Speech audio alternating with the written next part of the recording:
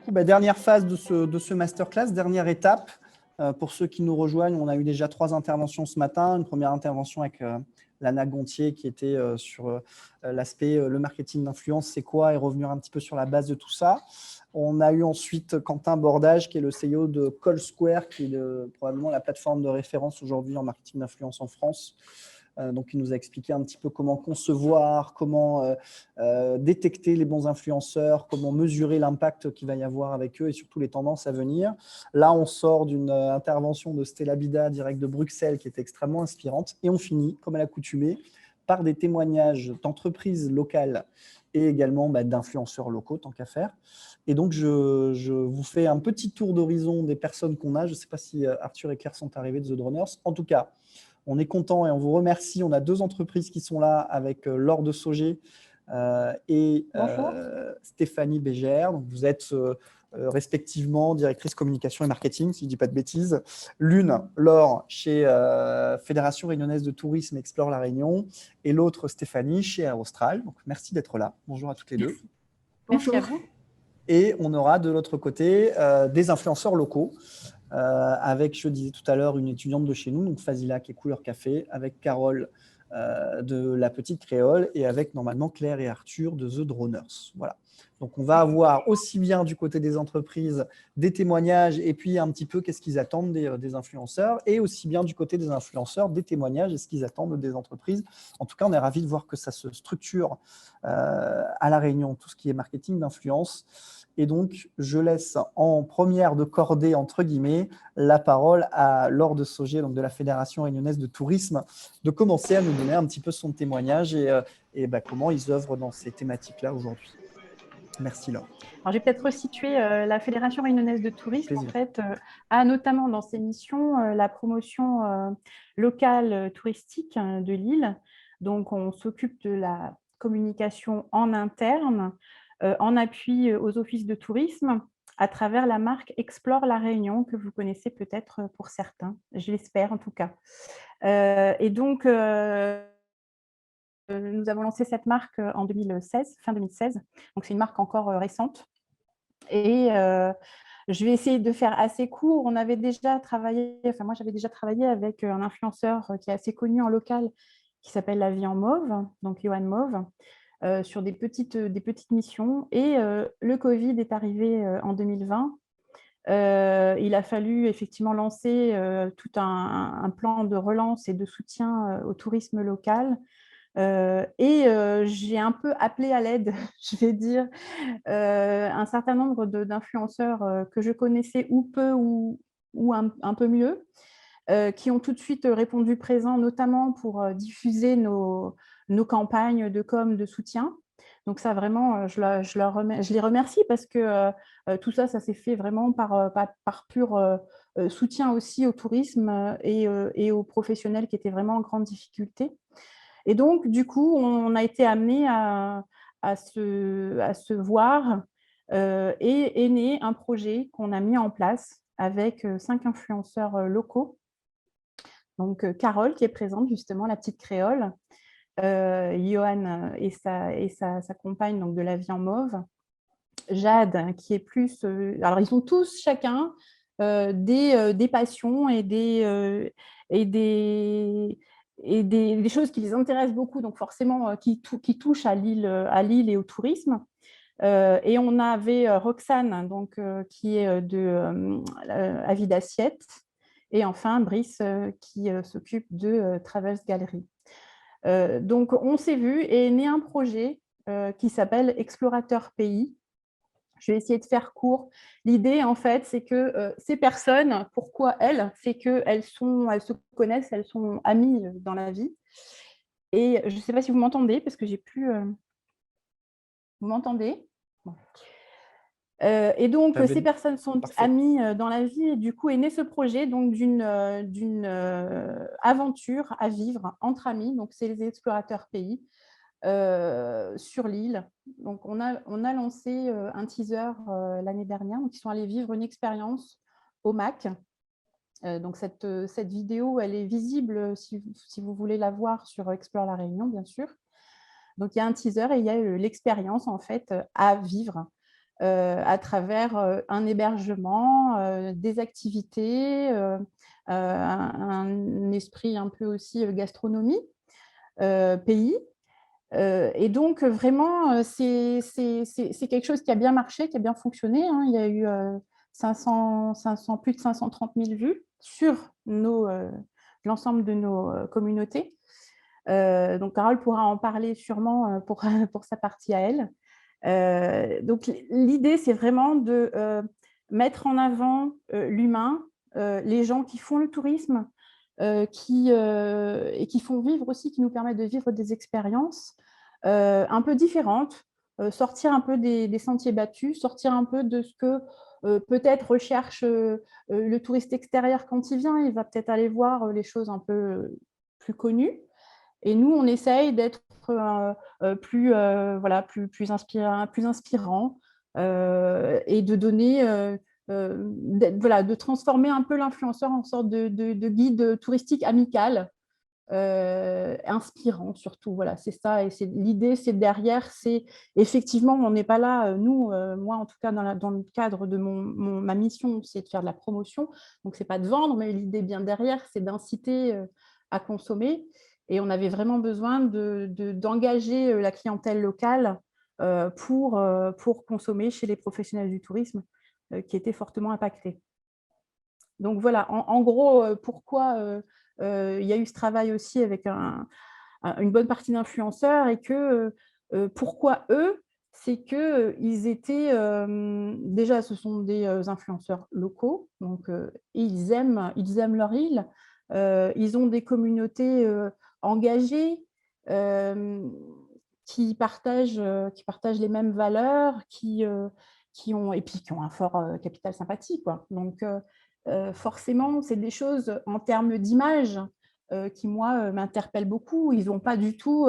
ce sont des personnes qui sont vraiment feel good, qui ont très peu de polémiques, voire pas du tout. Donc, tout ça, c'est important pour une entreprise de s'associer et d'associer son image à ce type de personnes influentes.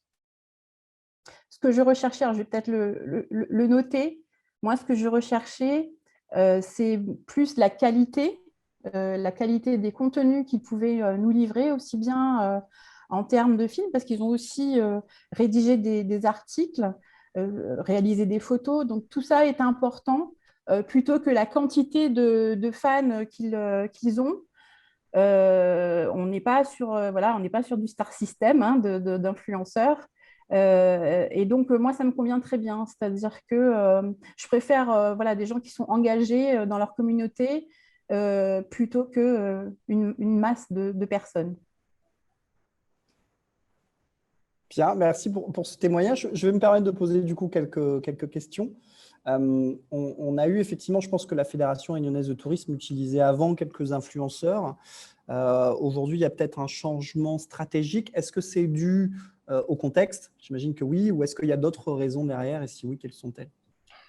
Il y avait une volonté, hein, déjà avant la situation sanitaire, de travailler un peu plus, mais pas… voilà, l'engagement, il est devenu beaucoup plus fort avec le Covid, parce qu'on sait que ce sont des personnes qui peuvent vraiment nous aider, qui ont un amour, c'est ce qui est important aussi, ça, c'est qu'ils ont un amour de l'île, donc ils en parlent bien.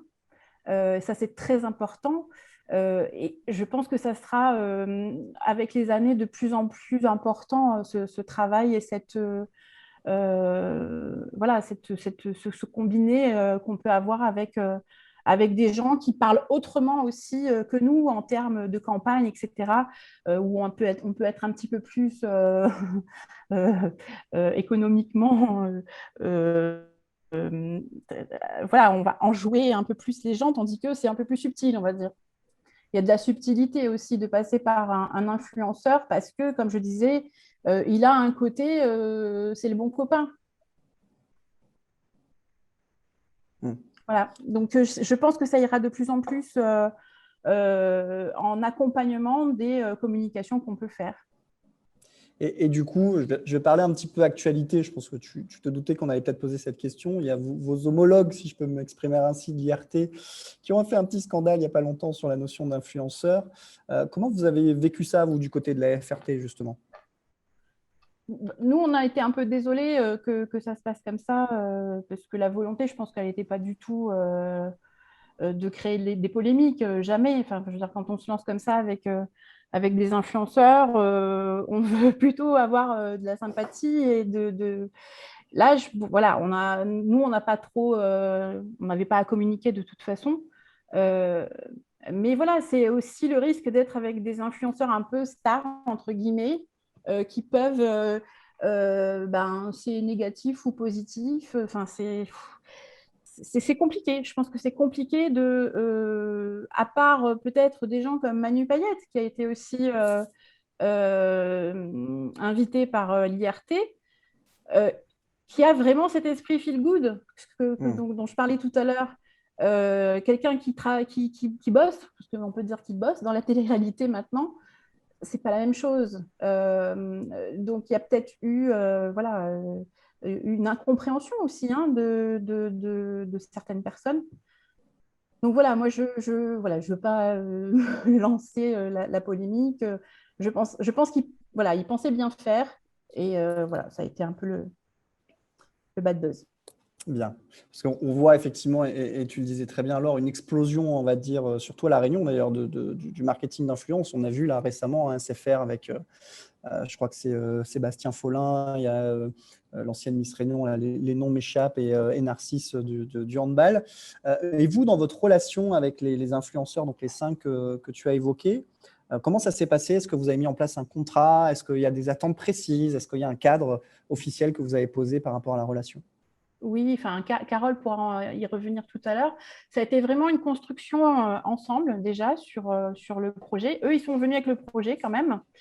Suite à un peu, j'étais un peu dépourvue en disant il faut qu'on fasse des choses parce que l'économie va mal. Donc, ils sont venus me proposer ce projet et on l'a élaboré ensemble, on l'a fait évoluer. Et effectivement, oui, il y a un contrat qui a été fait, une convention, on va dire, une Bien, convention qui a été passée. bien. Parfait. Et ben, écoute, est-ce que tu as d'autres éléments peut-être à nous donner d'important ou d'autres choses que tu souhaitais dire avant qu'on éventuellement on passe à Stéphanie d'Air Austral? Non, moi, voilà, je profite que Carole soit là voilà, pour dire que, ils ont fait vraiment un travail. Et puis, surtout, ce que vous ne savez pas, c'est qu'on a dû s'adapter sans cesse aux situations et aux restrictions sanitaires. Et donc, eux, vraiment, ils ont été très cool et à s'adapter. Moi aussi, à m'adapter à ma façon. Donc, vraiment, c'est important d'avoir des gens comme ça sur qui on peut compter, qui ne sont pas là voilà, après des sous, qui ont vraiment envie de bien faire. C'est vraiment, moi, ce que je retiens de ce travail avec eux, c'est des gens qui ont envie de mettre la Réunion en l'air, comme on dit, et qui veulent aussi que la marque à laquelle ils s'associent soit mise en valeur. Donc ça, c'est hyper important pour moi. Et c'est pour ça aussi que j'aimerais continuer avec eux, et puis avec d'autres aussi. Hein, on n'est pas fermé. Bien, merci en tout cas Laure pour d'avoir pris le temps d'être là malgré ton contexte à toi professionnel et pour ce témoignage. Je trouve que c'est une belle conclusion que tu nous fais là parce que ça corrobore avec l'intervention qu'on avait juste avant sur le fait d'avoir un alignement des valeurs entre l'entreprise et les influenceurs. Merci. On enchaîne du coup Merci. avec Stéphanie Je vais couper. Végère d'Air Austral qui pour le coup là je crois a une présentation donc je vais enlever la mienne. Alors, bonjour à tous. Bonjour. Et je veux, avant de partager ma présentation, remercier Antoine pour cette sollicitation, cette invitation. C'est un vrai plaisir pour Air Austral, pour moi en particulier, de pouvoir partager ce moment avec vous. On constate, donc Réalise et Digital College, je l'ai découvert parce qu'on a la chance d'avoir un de vos talents au sein d'Air Austral. Puisque donc je travaille avec Lucas Payette qui est en master 1 chez vous et donc c'est un vrai plaisir et je tiens d'ailleurs à le remercier parce qu'il m'a aidé à préparer cette présentation. Voilà, donc c'était à souligner, c'est très important. Alors que je vais donc partager. Voilà, est-ce que c'est ça? Est-ce qu'on est bon? Voilà. éteint mon micro, donc on est bon. Ok. Voilà, alors écoutez, je sais qu'on est déjà en milieu d'après-midi, que la journée a été longue, très enrichissante, mais très, très longue. Donc déjà, pour commencer, je vais essayer de ne pas prendre beaucoup de temps. Et puis surtout, on a essayé de teaser depuis ce matin. Et c'est vrai qu'à la fin de cette intervention, j'aurai une proposition à faire aux étudiants. Alors, une proposition très honnête, hein, je tiens à le préciser, mais qui, j'espère, donc va faire en sorte que vous restiez éveillés tout au long de cette présentation. Alors, Air Austral, je pense que vous connaissez la compagnie Air Austral. Vous savez, vous connaissez aussi cette marque. Évidemment, Air Austral, c'est la compagnie réunionnaise de l'océan Indien. Je pourrais vous dire qu'Air Austral, c'est une compagnie qui propose au départ de la Réunion tout simplement le plus large choix de destinations dans l'océan Indien. Alors aujourd'hui, on le sait, le contexte est particulier. Notre réseau régional est à l'arrêt. Les voyages sont difficilement possibles. Mais en attendant, ce qui est affiché là devant vous, c'est effectivement le réseau de destination qui est proposé par Air Austral au départ de la Réunion. Et on s'attache à créer des liens, à tisser des liens, et bien tout simplement entre les territoires de l'océan Indien, en les faisant se rejoindre de l'Europe à l'Asie, de l'Afrique du Sud, en passant par Madagascar jusqu'à la Réunion. Je pourrais vous dire aussi qu'Air Austral, c'est une compagnie qui dispose d'une flotte très jeune et sans humilité avant-gardiste, tout simplement parce qu'on dispose au sein de notre flotte d'appareils nouvelle génération. Ce sont des appareils, comme je viens de dire, de dernière génération qui font appel à des technologies nouvelles et qui surtout nous permettent d'être encore plus éco-responsables puisqu'ils nous permettent en particulier de réduire notre consommation de kérosène. Alors là, vous avez devant vous le panorama de ce que constitue la flotte Air Austral. Il faut savoir donc qu'on a au sein de notre flotte deux Boeing 787-8 et on a été la première compagnie française à intégrer ce type d'appareil. Alors, c'est vrai que ça peut paraître, il faut le dire parce que ça met en avant qu'à La Réunion, on est capable aussi de grandes choses et d'être exemplaire. Et puis bientôt, on va intégrer dans notre flotte 3 Airbus A220 et on sera là aussi la première compagnie française, avant même la compagnie nationale française, à intégrer ce type d'appareil. Ça, c'est Air Austral.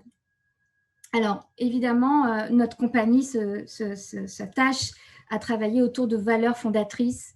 Je ne vais pas en faire le détail, vous les voyez s'afficher ici. La connectivité, l'excellence en visant la meilleure qualité de service possible, la proximité avec nos clients, on essaye en tout cas de le faire, la volonté d'innover en permanence et cette notion d'éco-responsabilité qui devient aujourd'hui une notion indispensable, incontournable et une valeur pour laquelle il va falloir s'investir encore plus et toujours plus.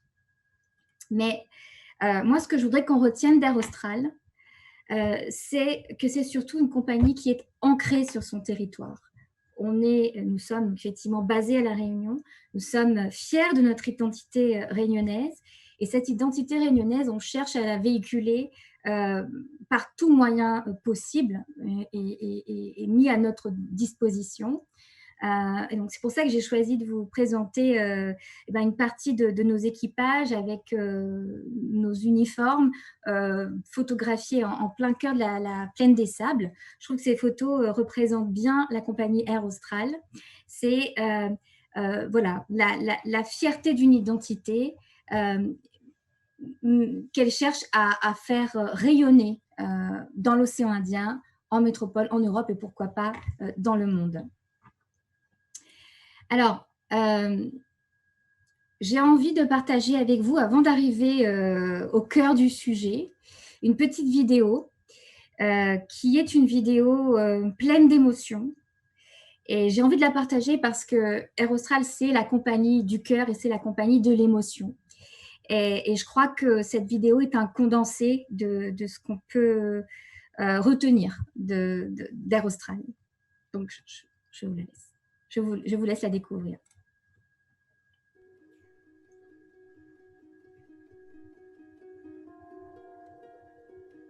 On n'a pas le son, malheureusement, je crois, Stéphanie. Pas de son. Non.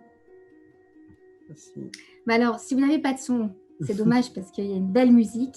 Ce que vous voyez, ce sont les images. On va donc l'interrompre.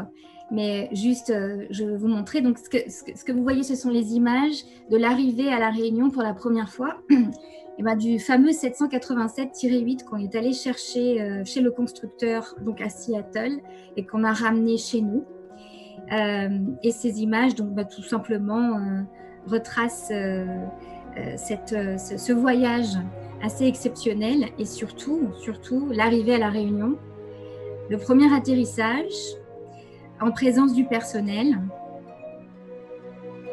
en présence des institutionnels, en présence, vous voyez ici le PDG de la compagnie, en présence finalement de personnes influentes d'ailleurs.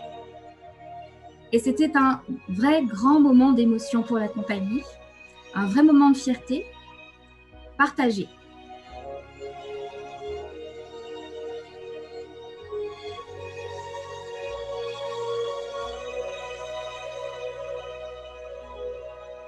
Voilà. Je vais interrompre parce que sans le son, c'est beaucoup moins sympa. Il est arrivé à la fin, la petite musique. Il est arrivé à la fin, oui, tout à fait. Donc ça, ce sont des images qui datent de 2016, mais qui sont aujourd'hui de toute façon parfaitement d'actualité.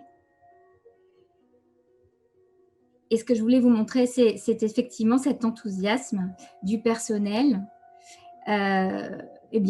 lorsque la compagnie arrive à recevoir, on va dire, un appareil comme celui-là. Voilà, c'est terminé finalement.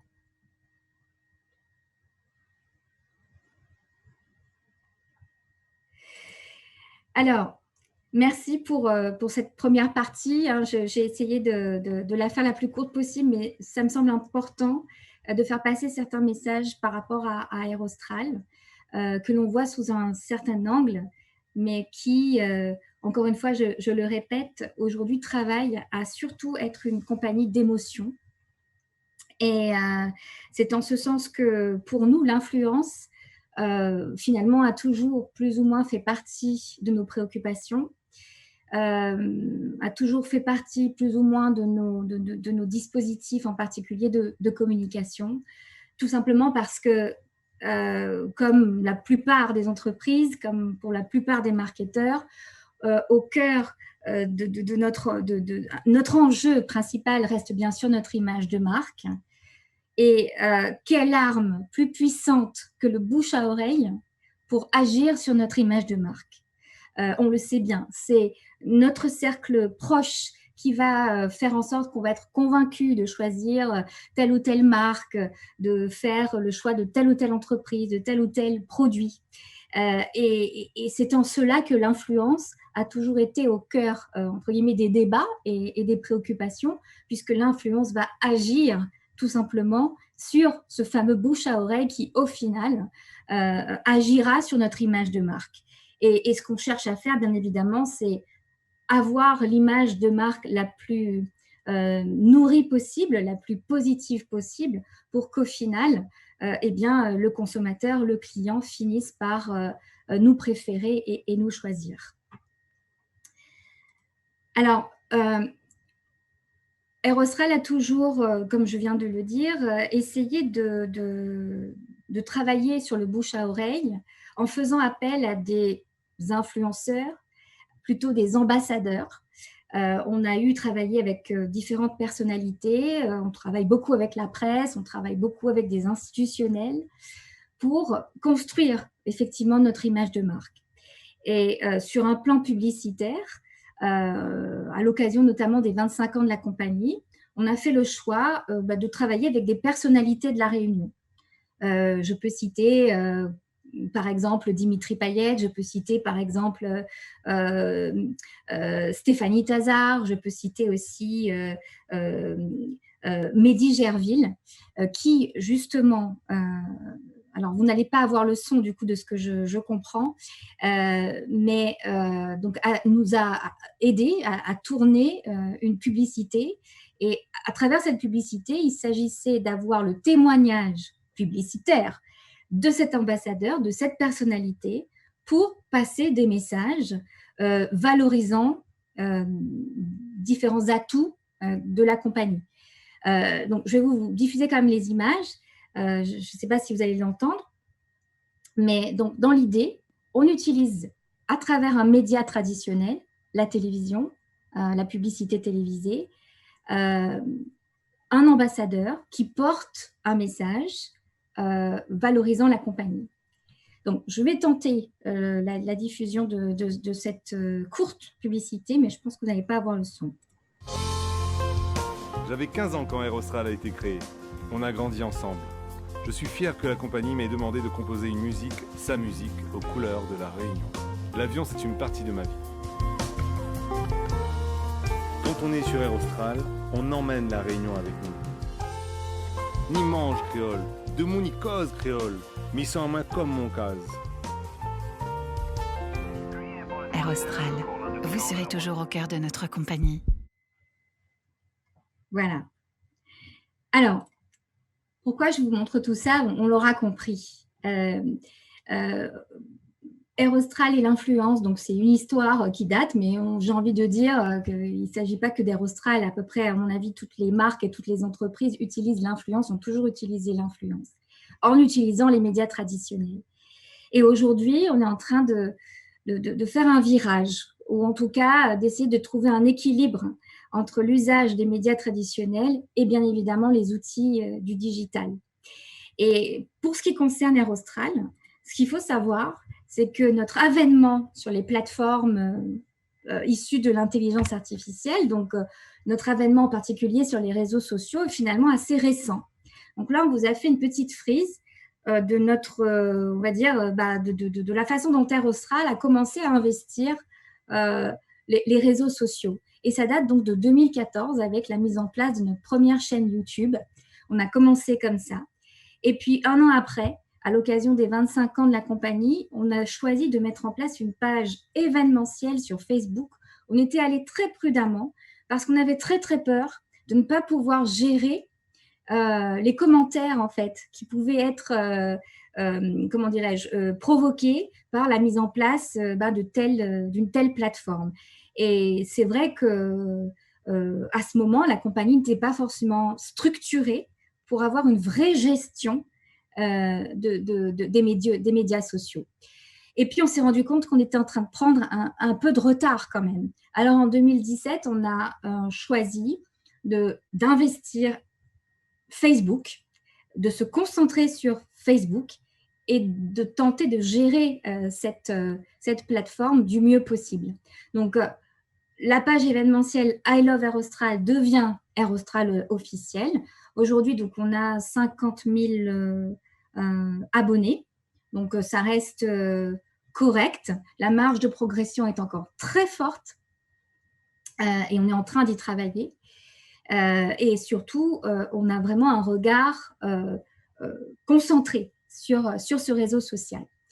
La même année, on a choisi d'investir Instagram. Instagram, donc encore une fois, ça date donc de 2017. C'est plutôt récent. Et donc sur notre compte Instagram, aujourd'hui, on regroupe 25 000 abonnés à aujourd'hui. Donc là encore, la marge de progression est encore très, très, très forte.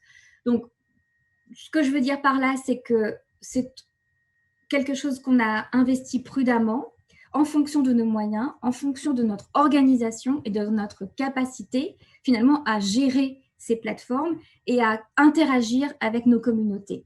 Et aujourd'hui, on est en train de faire en sorte d'être en capacité de le faire. Instagram, Alors, je pense qu'aujourd'hui, aujourd'hui, cette journée donc, a été consacrée à l'influence. On a certainement dû parler énormément d'Instagram. C'est la plateforme vers laquelle donc, Airostral est en train de se tourner un peu plus. Et c'est surtout une plateforme qui, pour notre activité, est parfaitement adaptée, puisque notre activité, l'aérien, le voyage, c'est potentiellement une activité qui peut offrir des clichés, des visuels qui, justement, très potentiellement peuvent devenir viraux et peuvent véritablement intéresser. Ce matin, je crois qu'il a même été précisé que le voyage était classé en 3e position, si je ne me trompe pas, donc dans le classement par taux d'engagement des thèmes d'influence. Et très clairement, donc, ceci vient faire la démonstration qu'Instagram est véritablement le réseau social adapté à notre activité. Si on cherche donc à travailler notre image de marque, notamment en utilisant des contenus et des choses qui font rêver. Alors, sur Instagram, bien sûr, donc on cherche à travailler notre notoriété, notre capital sympathie. Aujourd'hui, nos axes de communication, de valorisation, ce sont des axes finalement, j'ai envie de vous dire, très classiques. On cherche à promouvoir nos destinations, on cherche à valoriser la qualité de nos produits, de nos services. Et puis, on a quand même cette petite originalité de vouloir de plus en plus ouvrir les coulisses de la compagnie. Donc, on va tourner autour de ces axes de travail pour finalement convaincre à travers ce média social. Alors, quand on a commencé sur Instagram, on s'est dit, mais on part de zéro. On avait un compte Facebook et on n'avait rien du tout sur Instagram. Et alors, on a fait le choix, on a eu aussi l'opportunité de le faire. On a eu un contact avec l'Instagrammeur, influenceur Robert Michael Poole, qui est donc, si j'ai bien retenu les termes qui ont été précisés ce matin, un macro-influenceur parce qu'il dépasse les 100 000 followers. Il a exactement 308 000 followers. Donc, Robert Michael Poole, on l'a contacté, ou il nous a contacté, je ne sais même plus très bien, et on lui a proposé finalement de prendre en charge la mise en place de notre compte Instagram. Et c'est ce qui a été fait pendant 1 an, bien évidemment sous notre directive, avec nos inputs, nos objectifs qu'il avait à respecter. Il nous a aidés à mettre en place notre compte Instagram. Et grâce à lui, donc, et grâce au travail qu'il a fourni, on a réussi très rapidement à tout de suite engager plus de 20 000 followers, 20 000 abonnés. Ce qui était pour nous très important dans un objectif premier d'acquérir, de créer, on va dire, du trafic sur notre page Instagram. Et aujourd'hui, on essaye donc de travailler avec différents influenceurs de différentes typologies, avec différents centres d'intérêt. Et là, donc, je vous ai présenté ici quelques exemples d'influenceurs avec lesquels on est amené à travailler. Alors, on a plutôt dans nos profils d'influenceurs qu'on utilise aujourd'hui, ce qu'on vous avez appelé, donc ce qu'on appelle les micro-influenceurs et les nano-influenceurs. On va jouer donc plutôt avec des influenceurs experts, avec une communauté de niche et qui aujourd'hui sont parfois même plus convaincants puisqu'ils sont très écoutés par leur communauté. On a donc travaillé avec le couple One Day One Travel qui sont vraiment orientés travel, mise en avant des destinations. On a travaillé avec une jeune influenceuse qui a tout juste 5000 abonnés, mais qui est très spécialisée dans la gastronomie, Papy et Pupille. Et là où ça nous paraissait être très intéressant, c'est que les plaisirs de la bouche, les plaisirs gastronomiques, fait partie des points essentiels dans la qualité de service d'Airostral. On a travaillé avec les droners. Alors, je ne sais pas s'ils sont là connectés, donc s'ils sont là, je les salue. On a travaillé… Oui, on est là. Bonjour Stéphanie. Salut, salut Arthur. Ça va? Ouais, très bien, ça va très très bien. Donc voilà, on a travaillé avec Arthur et Claire très très très récemment et justement pour leur ouvrir les coulisses de la compagnie. Et puis, on a eu une collaboration particulière avec des jeunes, tout jeunes influenceurs, The Caillou. Et on va tout de suite, je vais vous en parler un petit peu plus longuement. Alors, je vais être très, très, très rapide parce que finalement, avec ces influenceurs, le principe est toujours à peu près le même. C'est qu'on propose Air Austral en monnaie d'échange, eh bien, de prendre en charge le voyage, le billet d'avion.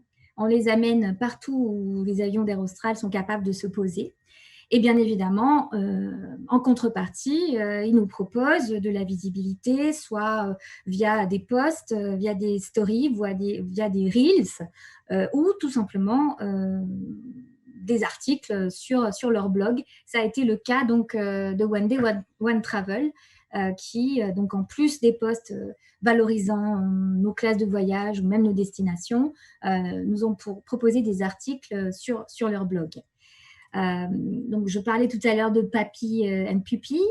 Donc là, vous voyez un exemple de story qu'ils ont pu mettre en avant. Donc, à chaque fois, associé à la visibilité demandée, on essaye de mettre en place un jeu concours pour rendre encore plus attractif le dispositif et faire que, eh bien, on ait envie de découvrir Air Austral. Avec donc Arthur et Claire, je ne vais pas trop en parler, peut-être que vous allez le faire. C'est la dernière opération qu'on a menée, c'était il y a quelques semaines. Et donc, ils sont venus visiter les coulisses de la compagnie.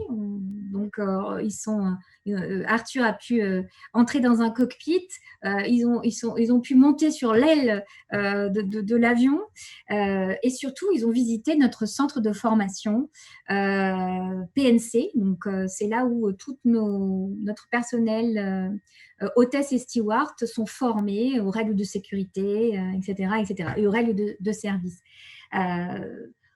Le fait d'avoir montré l'envers du décor a permis de créer une nouvelle proximité avec leur communauté, mais également avec la nôtre, puisque l'idée, c'est qu'à chaque fois, on fait en sorte que les différentes communautés se maillent pour agrandir finalement l'audience au final. Et enfin, donc, je veux vous parler de The Caillou. Donc, c'est Romain et Nina qu'Air Austral, on travaille avec eux depuis un petit moment. Et avec Romain et Nina, on a mis en place un dispositif un peu particulier où justement on a fait se rejoindre le média traditionnel, le dispositif traditionnel de communication et la e-influence, si on peut dire ça comme ça. D'un côté, l'idée c'était de valoriser Madagascar. Alors j'espère qu'on va pouvoir repartir vers Madagascar très très très bientôt, mais on voulait montrer une nouvelle image de Madagascar et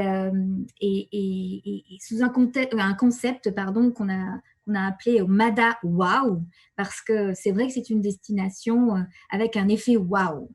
Alors on a décidé une campagne de communication traditionnelle, 4x3, publicité télévisée, display, etc., etc. Donc là, vous avez le visuel, un des visuels qu'on avait développé à ce moment-là, avec la mise en avant d'un tarif hyper intéressant pour Tamatave.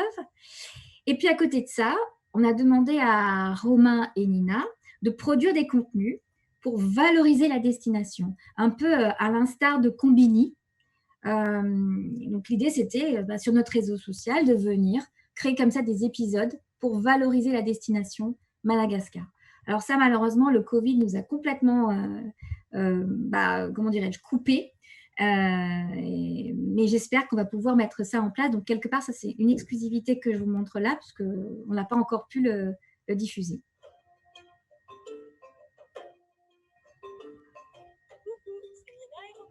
On va vous faire découvrir Madagascar à travers notre voyage avec Air Austral.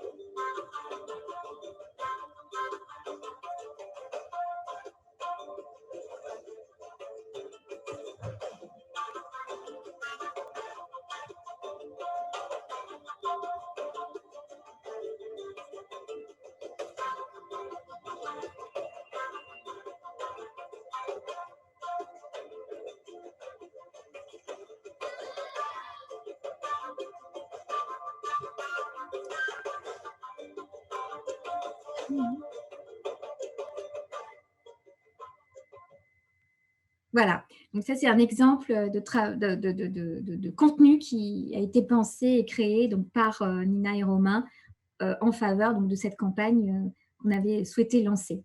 Alors, je sais que je suis un peu longue, donc je vais commencer à arriver à la fin. Air Austral aujourd'hui a vraiment pris conscience qu'il fallait aller encore plus loin dans effectivement la mise en place de sa stratégie d'influence. Et clairement, en toute humilité, on prend conscience qu'il nous faut véritablement inscrire et construire notre stratégie d'influence en définissant très clairement nos objectifs, nos cibles et les moyens qu'on va mettre en place pour les atteindre et pour les convaincre. Et c'est ce vers quoi on va tendre aujourd'hui. Et c'est vrai que le Covid a clairement conduit à ce qu'on prenne conscience de tout ça parce que on voit l'intérêt de communiquer à travers les réseaux sociaux, non seulement parce que ça nous permet peut-être de le faire à coût plus intéressant, mais en plus parce que ça nous permet d'entrer directement en conversation avec nos cibles. Alors, demain, l'enjeu pour notre compagnie, ça va être tout simplement de poursuivre notre différenciation à travers notre ancrage local et tout ce que ça peut amener comme, on va dire, atout. Et en matière d'influence, notre volonté va être de développer des actions avec notamment des influenceurs que l'on a appelés affinitaires. Alors, un influenceur affinitaire pour nous, ça va être un influenceur qui va avoir un lien familial, amical, professionnel ou simplement un amour avec la Réunion. Et cet influenceur doit se trouver dans l'océan Indien ou en Europe. Et véritablement, ça va être notre volonté. L'idée maintenant, ça va être d'identifier ces personnes et c'est avec ces personnes qu'on va vouloir travailler dans les 2-3 années à venir. Alors, c'est là où on s'est dit, surtout avec Lucas, que chez Créalise et Digital Collège, il y avait toute la matière grise pour vous faire bosser un peu, quoi, et me permettre d'aller en vacances. Et c'est en ce sens, donc, j'aimerais vous proposer un appel à projet. Vous proposer donc de penser, d'établir, mettre en place, créer plutôt un concept, une campagne de marketing d'influence avec l'objectif suivant. Donc, sur le marché métropolitain, donc on n'est pas à La Réunion, on est en métropole, faire en sorte que la cible, notre audience, ait envie de choisir Air Austral pour voyager vers La Réunion. Donc, l'objectif, c'est toucher une cible pour les convaincre de choisir Air Austral pour venir à La Réunion. Et pour ça, donc, à travers votre campagne d'influence, on vous propose de cibler les 3 cibles qui sont ici mises en avant. Les étudiants de métropole qui sont en lien avec La Réunion. Donc, en gros, c'est qu'est-ce que je peux mettre comme dispositif pour aller dire aux étudiants réunionnais, mais qui sont en métropole, aller leur dire, dites à votre entourage, vous étudiants de La Réunion qui êtes en métropole, dites à vos amis, dites aux parents de vos amis, que La Réunion, c'est vraiment la destination idéale et que la cerise sur le gâteau, c'est de choisir Air Austral. Donc, c'est ce qu'on vous propose aujourd'hui. On vous propose aussi de cibler éventuellement la jeune femme active. Alors, celle-ci, elle peut avoir un lien ou pas avec La Réunion, mais tout ce qu'on veut, c'est que cette jeune femme active qui a l'habitude d'organiser les voyages de sa famille ait envie de venir à La Réunion et encore une fois, de choisir bien sûr Air Austral parce que c'est la compagnie qu'il faut choisir pour venir à La Réunion. Et enfin, la 3e cible qu'on vous propose de travailler, c'est ce que l'IRT appelle l'aventurier actif. C'est tout simplement les personnes qui ont le goût du voyage et de l'aventure, parce que la Réunion propose à quelques atouts vis-à-vis de cette cible. Donc, en clair, voilà, ce qu'on vous demande, c'est pendant 1 mois de réfléchir à une campagne d'influence pour toucher ces cibles et faire passer le message que je viens de vous faire passer. Voilà. Je ne sais pas si c'est faisable, jouable. Et donc, l'idée, on reviendra vers vous de toute façon. Je pense qu'Antoine, on viendra avec peut-être plus de précision, etc. Mais l'idée, c'est que pour le 19 avril, on reçoive les différents dossiers. Et Lucas s'est dévoué pour compiler tout ça. Il y a une adresse qui s'affiche ici. On verra si Antoine, tu veux fonctionner de la sorte ou différemment. Bon, c'est une proposition. Et bien évidemment, on est prêt pour l'équipe gagnante à permettre à l'équipe gagnante de partir à Paris en leur offrant un billet d'avion. Alors aujourd'hui, c'est peut-être pas tout à fait faisable, mais dans quelques mois, bien évidemment, ça sera le cas. Voilà. Et là, j'ai fini. Désolée, j'ai été un peu longue. Merci beaucoup, ma chère Stéphanie. Je t'ai laissé volontairement finir, même si on était hors timing, c'est pas grave, parce que là, vous avez effectivement le cadre de l'appel à projet. Donc, ça va être l'atelier qui vous attend suite à cette masterclass. Donc, il faudra effectivement proposer véritablement une stratégie de A à Z. Donc, comme vous savez faire habituellement, le benchmark, les personas, les objectifs et donc une campagne de marketing d'influence. On aura donc 52 équipes qu'on a déjà fait, je vous enverrai plus tard. Et donc, il y a 3 personnes par équipe. Et donc, il y aura 3 billets d'avion pour l'équipe vainqueur. Donc, un par personne, en plus de la note que vous aurez, parce que ça reste un exercice noté comme à l'accoutumée chez Crealise. Mais voilà un petit peu. Merci beaucoup en tout cas pour cette présentation très complète, ma chère Stéphanie. Je reviendrai sur ces éléments-là. On vous refixera quand même un cap un peu plus précis par rapport à cet appel à projet, mais vous avez déjà les grandes lignes. Et du coup, j'en profite pour essayer de rattraper un petit peu le temps. Ouais, je suis désolée. Non, vous inquiétez pas, c'était parfait. De laisser Fazila, du coup, influenceuse locale et en plus étudiante Crealise, nous parler un petit peu de son expérience en tant qu'influenceuse make-up couleur café. Je te laisse la parole, ma chère Fazila, et je te laisse également partager ta diapo si tu l'as. Bonjour, oui, j'ai une diapo. Parfait. Il faudra juste que Stéphanie, si tu peux décocher la tienne. Il faut que je sorte là. Tu dois avoir un petit bouton arrêter le diapo, arrêter de partager l'écran quelque part. Antoine, les équipes, c'est mélangé ou c'est par classe? C'est mélangé, ma chère Fazila. Comme d'habitude, par promo. Ça va être galère. Mais non, ça ne va pas être galère.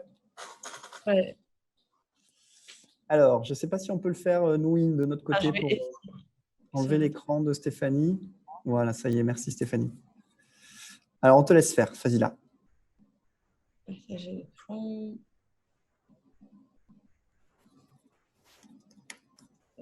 Est-ce que vous pouvez me dire si…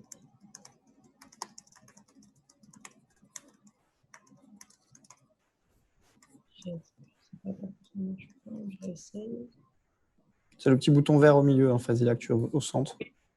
Ah, voilà. Parfait. Je te laisse la parole. Merci. Ouais. Ok. Déjà, merci Antoine de me permettre d'intervenir aujourd'hui. Alors, je vais me présenter pour ceux qui ne me connaissent pas. Alors, je suis Fazila, j'ai 26 ans, je suis née à La Réunion, à Saint-Denis. Et comme vous pouvez voir, depuis petite, j'aime bien taper la pause. Alors, aujourd'hui, je suis mariée depuis 5 ans. Je suis maman depuis 3 ans. Je suis étudiante à Crealise en master Startup et e-commerce en première année. Je suis aussi make-up artiste depuis 6 ans. Et je fais mon alternance en tant qu'assistante marketing chez Lille Réunion, dans le cadre de mon master du coup. Et je suis influenceuse depuis, en même temps que le make-up artiste, depuis 6 ans maintenant. Donc, je ne vais pas raconter trop ma vie, mais je vais essayer de vous faire court. Alors, en fait, on va dire que moi, j'ai toujours détesté l'école. Et après le bac, je ne savais pas trop quoi faire. Je suis partie à l'université pendant 2 ans. C'était une catastrophe. Et après ça, j'ai un peu abandonné l'école. Et du coup, en 2013, pendant mes années d'université, j'ai commencé sur Instagram. Moi, j'avais Facebook perso, mais sans plus.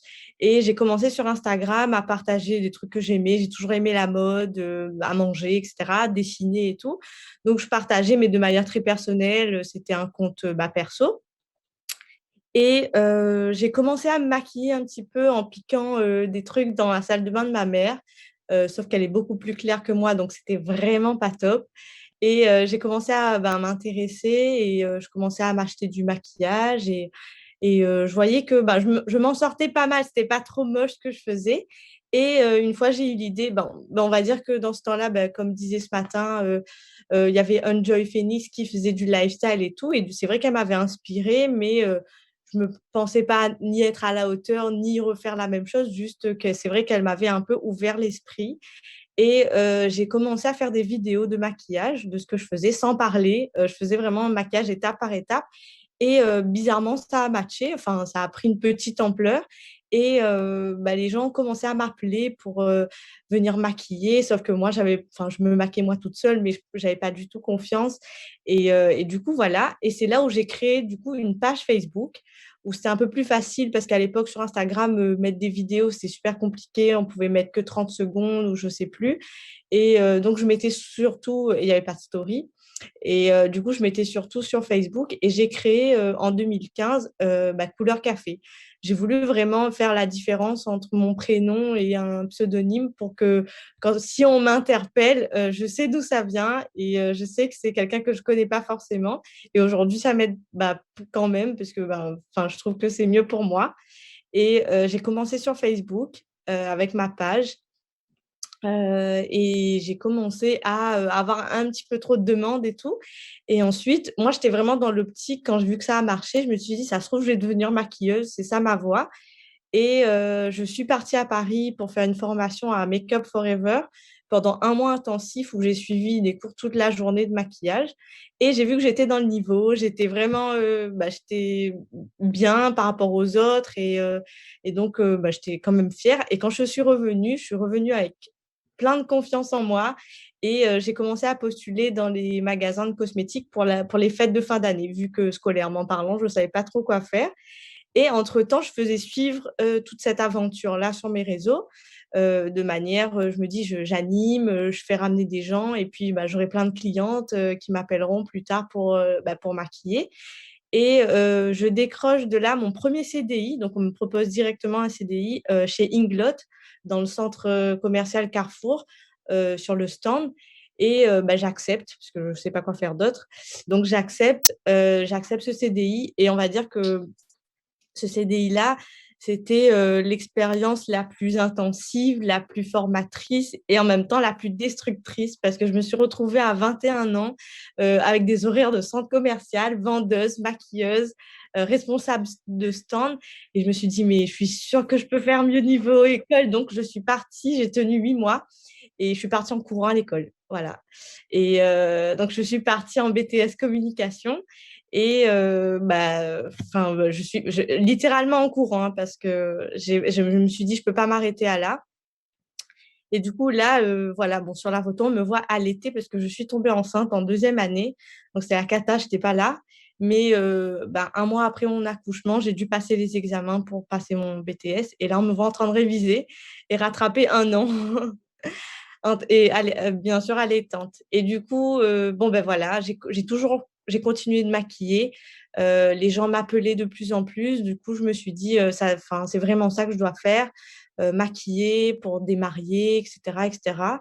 Et je me disais que à chaque fois que je me sentais un peu obligée, je voyais que ça m'embêtait un petit peu. Et je me suis dit, j'ai l'impression que c'est plus une passion qu'un travail et que ça me passionne, mais quand je suis obligée de le faire, j'ai l'impression que ça ne me plaît plus autant. Donc, j'ai commencé à faire un petit peu plus de vidéos, à être un peu plus sur les réseaux, à travailler mon image, tout ça sans savoir que je faisais de l'influence, parce que pour moi, je faisais ça vraiment par plaisir, c'était vraiment naturel.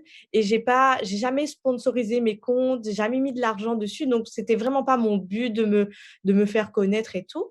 Et moi, étant dans la communication, l'agence Yellow me faisait rêver dans le sens où je trouvais que c'était ultra moderne, qu'ils étaient avant-gardistes, qu'ils faisaient du street marketing et que c'était vraiment pas comme d'habitude et tout. Donc, j'ai vraiment adoré et j'ai cherché mille et une manières de leur approcher pour leur demander je voulais participer à des campagnes parce qu'ils faisaient des trucs de ouf.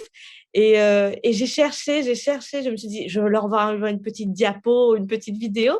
Et un jour en classe, en BTS, je reçois un mail, bonjour, c'est Lana de Yellow, nanani, nanana. Donc, une super approche. Du coup, ce matin, quand elle disait que l'approche était importante, franchement, je confirme parce que tout de suite, il y a eu une relation de confiance.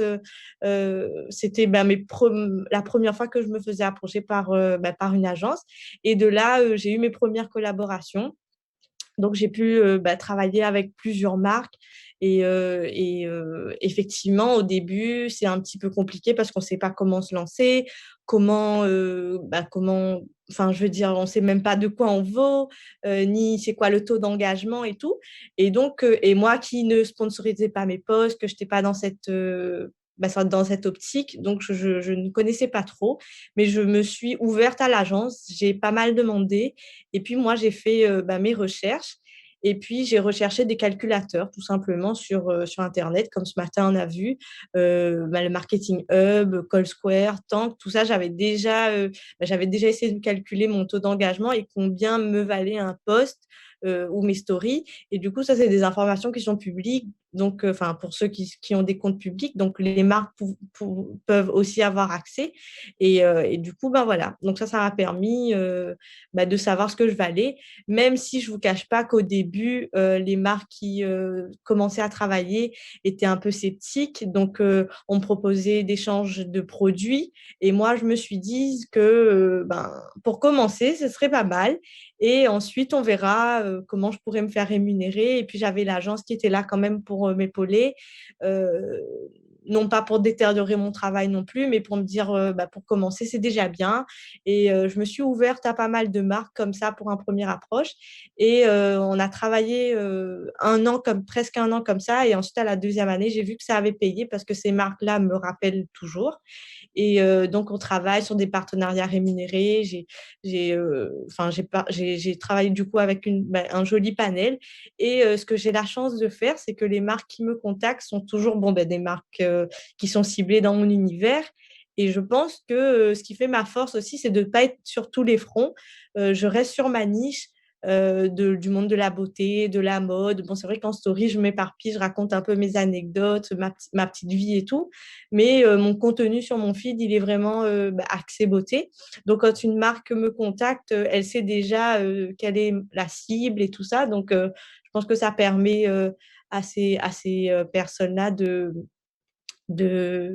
m'appeler, de savoir sur quelle campagne me mettre et quelle stratégie avoir. Et du coup, voilà. Donc, et on va dire que sur Instagram, c'est vraiment un site vitrine, on va dire, pour les marques, parce que je me fais approcher par les marques uniquement sur Instagram. Et c'est aussi pour me faire connaître, pour vraiment pour l'image. Donc, je pense qu'on me reconnaît. Quand on m'arrête un peu dans la rue ou quoi, on me découvre la plupart du temps sur Instagram. Et j'ai la chance d'avoir deux plateformes, c'est-à-dire j'ai Instagram et j'ai Facebook. Et j'ai vraiment ces deux plateformes avec lesquelles je travaille totalement différemment. Sur Instagram, j'ai les marques, les personnes qui me disent « Ah, c'est super ce que tu fais et tout ». Et donc, je sais vraiment comment adapter ma communication sur Instagram. Donc, il n'y a que ma tête qui marche. Quand je mets la tête de mes clientes ou quoi, ça ne marche pas du tout. Je n'ai pas de j'aime, je n'ai pas d'interaction. Donc, c'est vraiment pour Couleur Café. Et tandis que sur Facebook, j'ai toutes mes clientes qui viennent de là. Toutes les personnes qui viennent me voir me disent « J'ai besoin tel jour, telle date, maquillée, pour un maquillage, une mariée ou tel événement ». Donc, c'est vraiment un sorte de B2C, un autre un B2B. Donc, moi, ça me permet de bien axer ma communication. Donc, c'est assez facile parce que du coup, sur Facebook, je mets mes photos aussi, mais je mets surtout les photos de mes clientes, des avant-après qui marchent super bien et qui ne marchent pas du tout sur Instagram. Et du coup, voilà. Et oui, ben, c'est ce que je voulais dire. Et du coup, sur Facebook, c'est parti un peu plus vite parce que quand j'ai commencé, j'ai mis un peu plus de vidéos sur Facebook.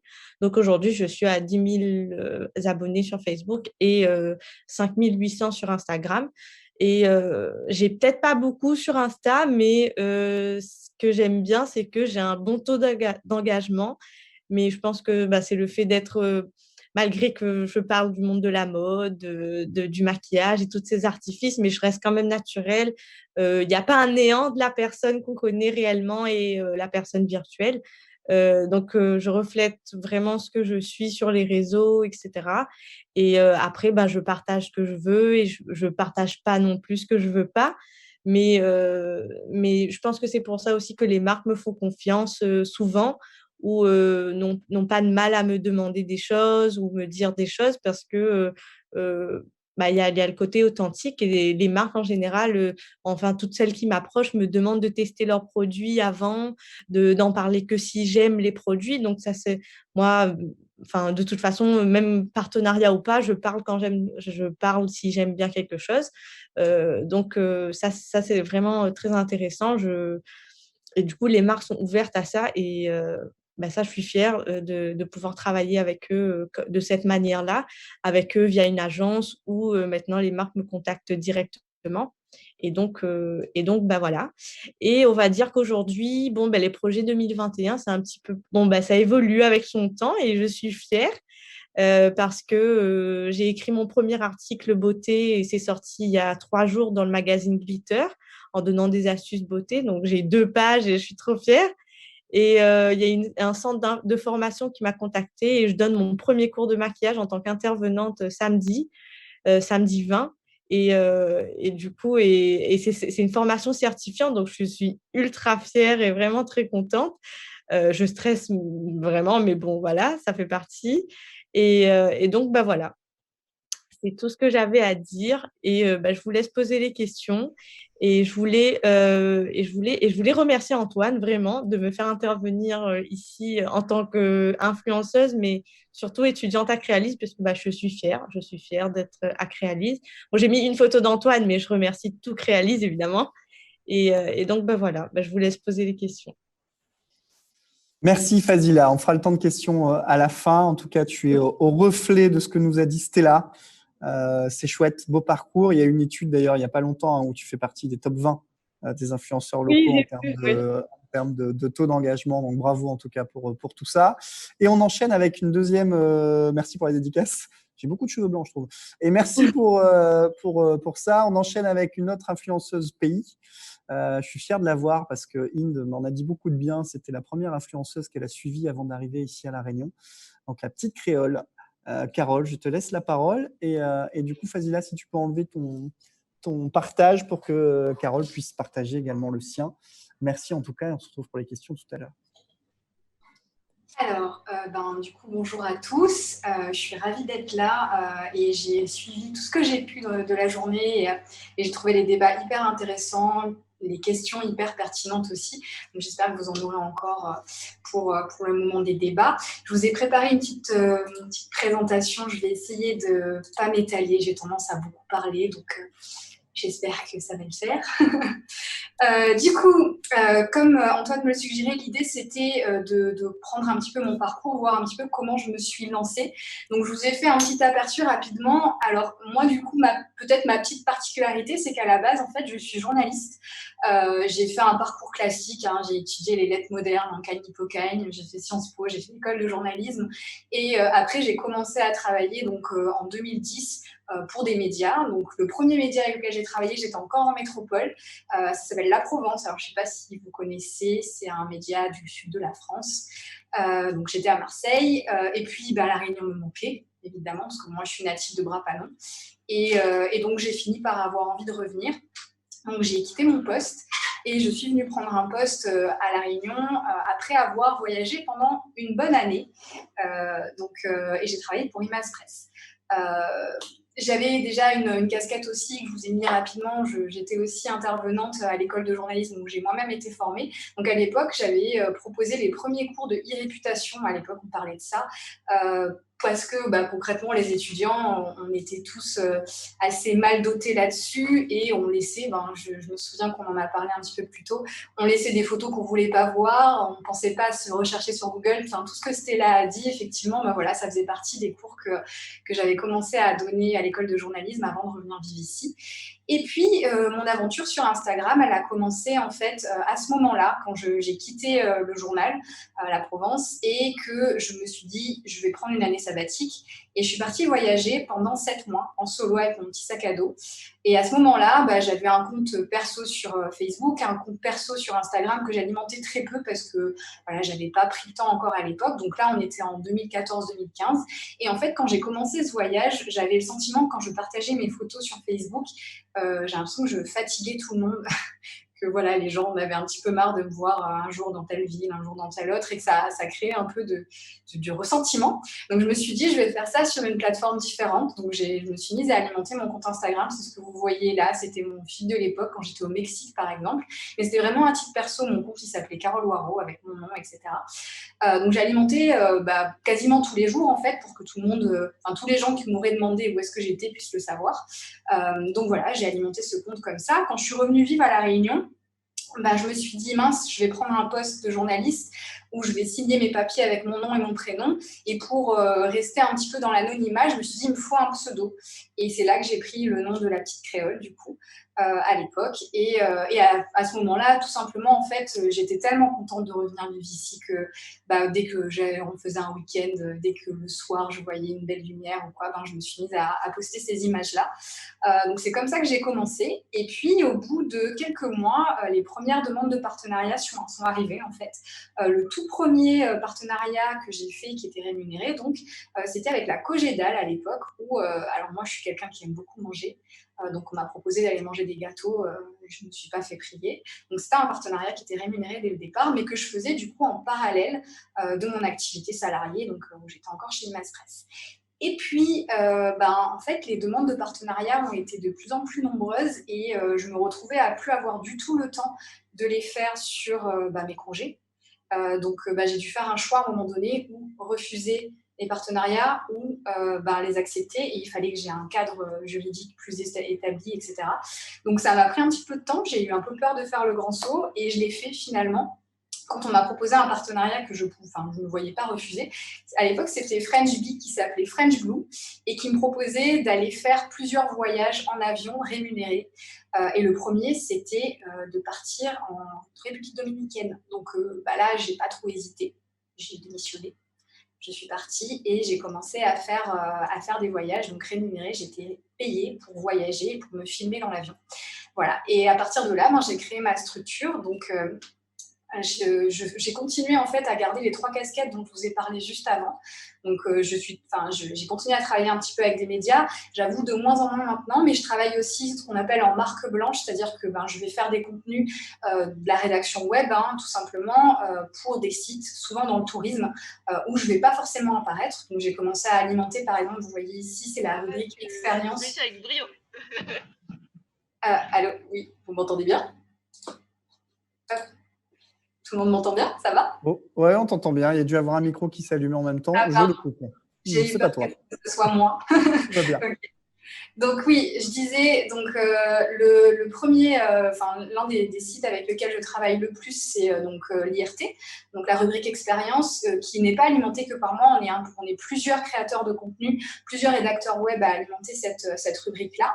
Et puis, il y a d'autres marques comme ça aussi dans le tourisme, donc Elite Tour notamment, avec lesquelles j'ai travaillé via une agence que vous connaissez tous très bien, du Simple Double. Moi, j'ai travaillé pas mal avec Yanis et Johan justement sur des articles type blog pour arriver à améliorer le référencement des Elite Tours, par exemple. J'ai aussi rédigé une très grande partie du guide Réunion Mon Amour de Pardon, qui est sorti il n'y a pas très longtemps. Je n'ai pas encore eu entre les mains, pour tout vous dire. Et puis, je continue aussi donc, mon activité de formatrice. Cette fois-ci, en fait, je me suis vraiment centrée sur tout ce qui est réseaux sociaux et production de contenu. Donc, depuis 2018, je fais aussi des formations donc, sur les stratégies marketing et sur les stratégies de production de contenu avec une entreprise qui s'appelle Pixel.ly, qui n'est pas très, très loin de Créalis, si je ne me trompe pas, qui est à Saint-Pierre aussi pour son siège, qui est à la tech. Et enfin, la partie création de contenu et influence, alors vous verrez pourquoi je le mets entre guillemets. Du coup, la partie influence, effectivement, c'est aussi l'une de mes sources de revenus, en fait. Et pareil, je continue à partager ce que j'avais commencé à faire quand j'étais aussi juste une internaute lambda. Donc, je continue à parler de La Réunion. Donc, moi, mon truc à moi, quand je parle de La Réunion, c'est vraiment d'être vraiment dans la diversité. Donc, je vous disais, j'aime manger, je parle de cuisine, j'aime beaucoup parler d'histoire, j'aime beaucoup parler des paysages aussi. Je ne suis pas une randonneuse aguerrie, mais par contre, j'aime partager La Réunion que j'aime tout simplement, hein, et c'est là où c'est le plus naturel aussi. Hein. Tout à l'heure aussi, Fazila disait, c'est la question d'authenticité. Il ne faut pas se forcer de toute façon. Moi, je partage mes coups de cœur, quoi. Et puis, quand on peut, mais pas trop en ce moment, je parle aussi de voyage. Voilà un petit peu ce que je fais maintenant et c'est pour ça que je vous ai mis, ce sont les jobs de mes rêves puisque j'ai ces 3 casquettes qui me plaisent toujours autant. Donc, je n'ai pas forcément envie de choisir pour l'instant entre l'une de ces casquettes-là. Et donc, ce sont mes 3 sources de revenus aujourd'hui qui font que j'arrive à vivre de tout ça. Voilà. Je voulais juste, comme je vous disais que j'avais peut-être un profil un petit peu différent, vous dire, pour moi, en fait, j'ai parfois l'impression que je suis toujours journaliste. Et c'est vrai que quand on me demande ce que je fais comme métier, j'ai souvent tendance à dire, je suis journaliste. Parce que j'avais voulu garder ce côté, en fait, où je vais à la rencontre des gens, je leur demande qu'est-ce que tu fais, explique-moi. Et j'aime bien ce côté, partage et rencontre. Et j'avoue qu'au début, en fait, je ne voulais pas forcément me mettre en scène. Donc, au début, j'apparaissais beaucoup de dos, en fait, avec un chapeau ou pas d'ailleurs. Mais c'est un fait, hein, avec le temps, je me rends bien compte que effectivement, je me mets beaucoup plus en scène que ce que j'aurais pu faire quand j'étais journaliste. Donc, ça pose une vraie question, et si elle vous intéresse, vous pourrez me le dire. Ça va poser une vraie question de limite entre qu'est-ce qu'on partage et quand est-ce qu'on est en train de rentrer dans l'intime qui soit n'intéresse plus les gens ou soit on se met un peu trop à nu sur les réseaux. Problème que je n'avais pas du tout quand j'étais journaliste média classique. Donc voilà, je partage mon quotidien sur plusieurs plateformes. J'ai tendance à aimer aussi beaucoup essayer, donc je ne me retrouve pas forcément hyper bien sur toutes les plateformes, mais j'aime bien essayer parce que je suis une grande curieuse. Donc mes 2 plateformes principales, c'est Instagram et Facebook, donc je vais vous parler que de ça. Et puis il y a aussi une ligne éditoriale entre guillemets que je me suis fixée, c'est que je suis plutôt de nature positive comme fille, donc du coup j'ai tendance à parler plutôt de mes coups de cœur et pas forcément de passer de coups de gueule. C'est un choix pour l'instant, en tout cas c'est ce que j'ai choisi de faire. Et évidemment, si je suis là, c'est aussi parce que je fais des partenariats rémunérés, donc il m'arrive de mettre en avant des produits, des services, mais voilà, du coup, c'est soit par exemple je le fais spontanément, donc là je n'ai été contactée par personne, hein, je suis juste une consommatrice, j'apprécie un lieu, j'apprécie un service, j'apprécie un produit et j'en parle naturellement. C'est ce que j'ai fait au tout début d'Instagram et c'est ce que je continue à faire aujourd'hui. Je sais qu'il y avait une question sur ça ce matin aussi, est-ce que ça peut arriver qu'un influenceur parle d'une marque sans avoir été payé pour ? Oui. C'est clair que ça arrive, moi ça m'arrive régulièrement et je pense que c'est important de continuer à le faire. Je vais pas, comme le disait Laure aussi par exemple tout à l'heure, l'idée c'est pas forcément de courir après l'argent, c'est juste qu'à un moment donné, c'est parfois des partenariats qui sont rémunérés parce qu'il y a des attentes particulières de la part des marques, tout simplement. Et du coup, sur l'évolution de ma manière de voir le métier, etc., je me suis vraiment rendu compte que le marketing d'influence, c'est tout nouveau, c'est un nouveau métier pour moi, mais c'était aussi un nouveau métier pour les responsables de communication avec lesquels j'ai pu travailler, avec les responsables marketing avec lesquels j'ai pu travailler. Et donc, parfois, en fait, je me suis retrouvée effectivement avec des marques qui ne savaient pas plus que moi comment on allait pouvoir bosser ensemble, on savait juste qu'on avait envie. Et c'est vrai qu'on a appris ensemble, en fait. Et c'est vrai que moi, du coup, le terme d'influence et le terme d'influenceuse, moi, je ne me reconnais pas vraiment là-dedans parce que j'ai toujours l'impression de travailler davantage sur la production de contenu, comme j'aurais pu le faire pour un magazine, comme j'aurais pu le faire pour un JT. En fait, l'idée, c'est vraiment de se rencontrer et de se dire, le contenu qu'on va pouvoir proposer ensemble, ça va être ça. Et on est d'accord pour le faire. Et du coup, voilà, personnellement, je préfère quand on me sollicite pour ça, plutôt que pour ma capacité à vendre des choses. Donc voilà, c'est vraiment la vision que je voulais partager avec vous. Je vous ai mis quelques chiffres, je ne vais pas vous bassiner avec ça. C'est juste pour vous donner une idée. Moi, généralement, les gens qui me suivent, donc je suis présente de manière, on va dire, égale sur Facebook et Instagram. Et je trouvais intéressant aussi ce que tu disais, Fadila. Moi, c'est la même chose pour moi. Les gens n'attendent pas la même chose, quelle que soit la plateforme sur laquelle on communique. Et il faut vraiment le garder à l'esprit. Et moi, je suis partie des gens qui pensent que le cross-postage, ce n'est pas une bonne idée. Donc, le fait de dupliquer ses contenus entre plateformes. Parce que sur Facebook, j'ai beaucoup plus de gens qui sont intéressés par la réunion que par moi. Et ça me va très bien. Et sur Instagram, ça va être d'abord des gens qui, effectivement, ont tendance à avoir un affinitaire qu'on a pu développer ensemble parce qu'on échange beaucoup plus par message. Donc voilà, du coup, et sur les posts qui ont le mieux marché, et ça, c'est pour ça que je vous ai juste mis ce chiffre-là. En fait, c'est une vidéo que j'ai faite sur le 20 décembre. Donc, j'étais allée au défilé du 20 décembre, donc pas cette année évidemment, parce qu'on n'en a pas eu, c'était l'année juste avant. Et en fait, cette vidéo, je n'apparais pas dessus, il n'y a pas ma voix, etc. Et en fait, j'avais juste partagé un truc qui m'avait profondément touchée. Et c'est le post qui a marché le mieux sur mes 2 réseaux. Je ne suis pas dessus et ça me va très bien. Et du coup, je vais terminer avec les partenariats en eux-mêmes. Donc, je voulais juste vous dire un mot sur le fait que j'ai une manière, moi, de choisir les campagnes auxquelles je participe. Alors, première chose, personnellement, j'ai jamais démarché de marques. Elles sont toujours venues vers moi. Et généralement, je dis plus souvent non que oui. Et quand je dis oui, c'est généralement parce que ça colle avec ce que je pourrais proposer de manière authentique. En fait, ça colle avec ma ligne éditoriale, avec mes valeurs. Ça ne surprendrait pas du tout les gens qui me suivent de voir apparaître ce contenu dans mon fil d'actualité.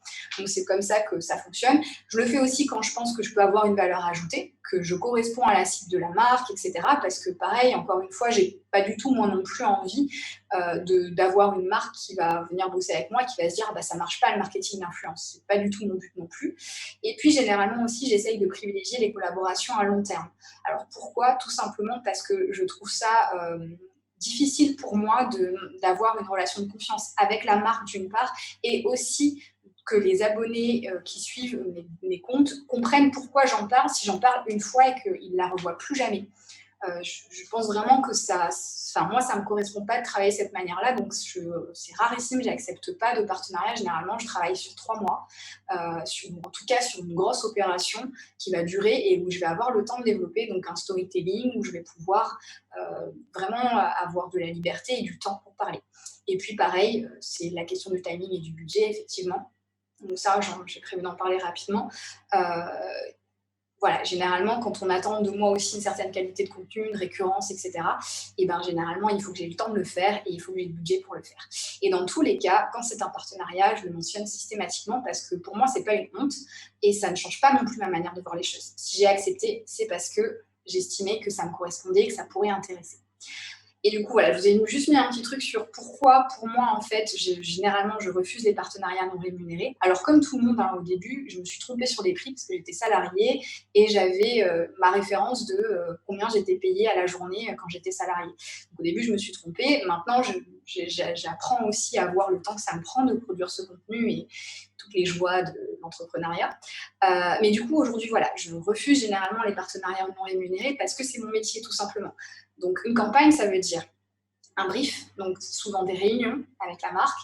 Derrière, il va falloir que je produise ce contenu. Donc, si c'est du texte, il va falloir que je fasse des recherches, que j'écrive, que je me corrige, etc., que j'optimise dans le référencement. Si ce sont des prises de vue, il faut faire du repérage parfois, il faut faire la prise de vue, il faut faire le montage, la retouche selon si c'est photo ou vidéo. Après, je dois m'occuper de la diffusion, donc écrire les textes qui vont avec, etc. Je dois gérer les interactions et ça, pour moi, j'insiste énormément aussi là-dessus parce que pour moi, en fait, ça fait partie de mon boulot. C'est-à-dire que si jamais je fais une vidéo sur, je ne sais pas, un logement que j'ai testé, que j'ai beaucoup aimé et que tout le monde vient me poser des questions dessus et que je n'y réponds pas, je ne vois pas l'intérêt, en fait, de le faire. Mais ce temps-là, en fait, je reçois vraiment des centaines de messages quand je poste un contenu de ce type-là et il faut le temps d'y répondre. Voilà. Et enfin, généralement, quand c'est un partenariat rémunéré, la marque est en droit d'attendre un certain reporting. Donc ça, du coup, ce matin, vous l'avez vu, il en a vraiment bien parlé. Voilà, on est en droit d'attendre un retour et de savoir justement quel est l'impact de la campagne. Donc, moi, ça me prend aussi du temps d'analyser ces statistiques-là. Et effectivement, la marque, elle s'attend à un certain rendu. Donc, généralement, il y a des retours, il y a toutes ces choses-là, hein, un timing qui est donné. Et aussi, donc, je vous disais, il y a un contrat qui permet d'avoir une relation de confiance. Donc, voilà pourquoi moi, je considère que quand on fait un partenariat rémunéré parce qu'au moins, chacun sait à quoi s'attendre. Le risque, quand on est sur des trucs un peu flottants comme ça, c'est que généralement, tout le monde est déçu, quoi. Voilà. Et malgré tout, il m'arrive d'accepter de travailler avec une marque gratuitement. Alors pour moi, du coup, je parle même plus de partenariat quand c'est comme ça. Hein, je considère vraiment ça. À l'époque, quand j'étais journaliste, ce qu'on appelait du service de presse, en fait. On recevait des livres, on recevait des choses à la rédaction, et on n'était absolument pas obligé d'en parler. On n'en parlait que s'il y avait un intérêt lecteur. C'est la même logique que je garde aujourd'hui, c'est-à-dire que si on me propose un service ou un produit gratuitement, moi, j'estime que vous n'avez pas le budget, donc vous tentez, il n'y a pas de problème. Ok, donc vous m'envoyez quelque chose, vous me proposez quelque chose. Si ça me correspond, je dis oui. Si ça ne me correspond pas, je dis non, parce que pour moi aussi, je me dis que ça ne sert à rien de vous faire gaspiller votre argent et vos produits. Envoyez-les à quelqu'un qui vous correspond mieux que moi. Mais par contre, si vous n'avez pas de budget, je n'ai pas d'obligation. Vous ne pouvez pas me demander de faire tant de posts, tant de stories, à telle date, etc. Parce que c'est le principe, en fait. C'est que s'il n'y a pas d'attente de mon côté, je ne peux pas attendre de vous. Vous ne pouvez pas attendre de moi non plus. Donc, voilà un petit peu comment je fonctionne quand on est sur de la gratuité. Par contre, comme je vous le disais tout à l'heure, si ça me plaît, en fait, il n'y a aucune raison que je n'en parle pas. Voilà. Et enfin, l'autre condition qui fait qu'on peut accepter de la gratuité, selon moi, c'est quand le service offert il est exceptionnel. C'est un voyage ou par exemple, l'exemple qu'a pris tout à l'heure aussi Stéphanie sur le fait que les droneurs, vous avez pu montrer sur l'aile de l'avion, ça fait partie de choses comme ça. Voilà, parfois quand on vous ouvre la porte, selon ce que c'est, on peut se dire, même si là je ne suis pas un peu rémunérée, peut-être que ça peut le faire. Voilà. Et du coup, je vous ai mis, mais ça fera l'objet de discussion, vous me direz lequel vous voulez que j'évoque. Je vous ai mis rapidement quelques partenariats, donc tout cela sont des partenariats rémunérés sur lesquels j'ai travaillé. Je crois que j'arrive à peu près à la fin là. Donc le premier, je vous en parlais, c'était Frenchby, c'était pour le lancement de la ligne Réunion-Paris. Et j'ai aussi travaillé sur le lancement de la ligne Paris-San Francisco-Papeete, donc j'ai été payée pour aller à Tahiti et c'était cool. J'ai travaillé donc avec l'IRT, je vous en ai parlé rapidement. Et la FRT, Laure vous en a parlé tout à l'heure. Alors, la première campagne qu'on avait faite ensemble, elle ne l'a pas évoquée du coup au moment de sa présentation. Moi, ça remonte en fait, ça remonte à 2018, si je ne me trompe pas. Donc, j'avais fait une vidéo où là, j'étais allée rencontrer un monsieur qui fabrique des instruments de musique. Vous voyez, c'est pas du commerce, quoi. Voilà. C'était vraiment une rencontre. C'est pour ça que j'avais le sentiment de le faire en tant que journaliste. Et puis à l'époque aussi, il nous avait proposé, j'avais participé à l'animation d'un atelier pourquoi et comment travailler avec les influenceurs. C'était en septembre 2018, j'ai retrouvé la date et c'était hyper intéressant. Et il y a du coup la campagne actuelle que je partage avec les copains qui s'appelle donc les Explorateurs Pays où on se balade. Et par exemple, ce week-end, on va espérer bien tourner dans l'Est pour pouvoir vous sortir une vidéo bientôt. Voilà, j'en ai fini. Je crois que j'ai tenu à peu près le timing. Parfait, merci Carole. Effectivement, timing relativement bien tenu. Je vais passer à The Droners. En tout cas, merci d'être là parce que je crois que tu as eu un ou des heureux événements récemment. Donc, merci d'intervenir ici. Et on regardera les questions pour tout à l'heure et je vais enchaîner avec The Droners. Donc, avec Arthur les droners. On reste français.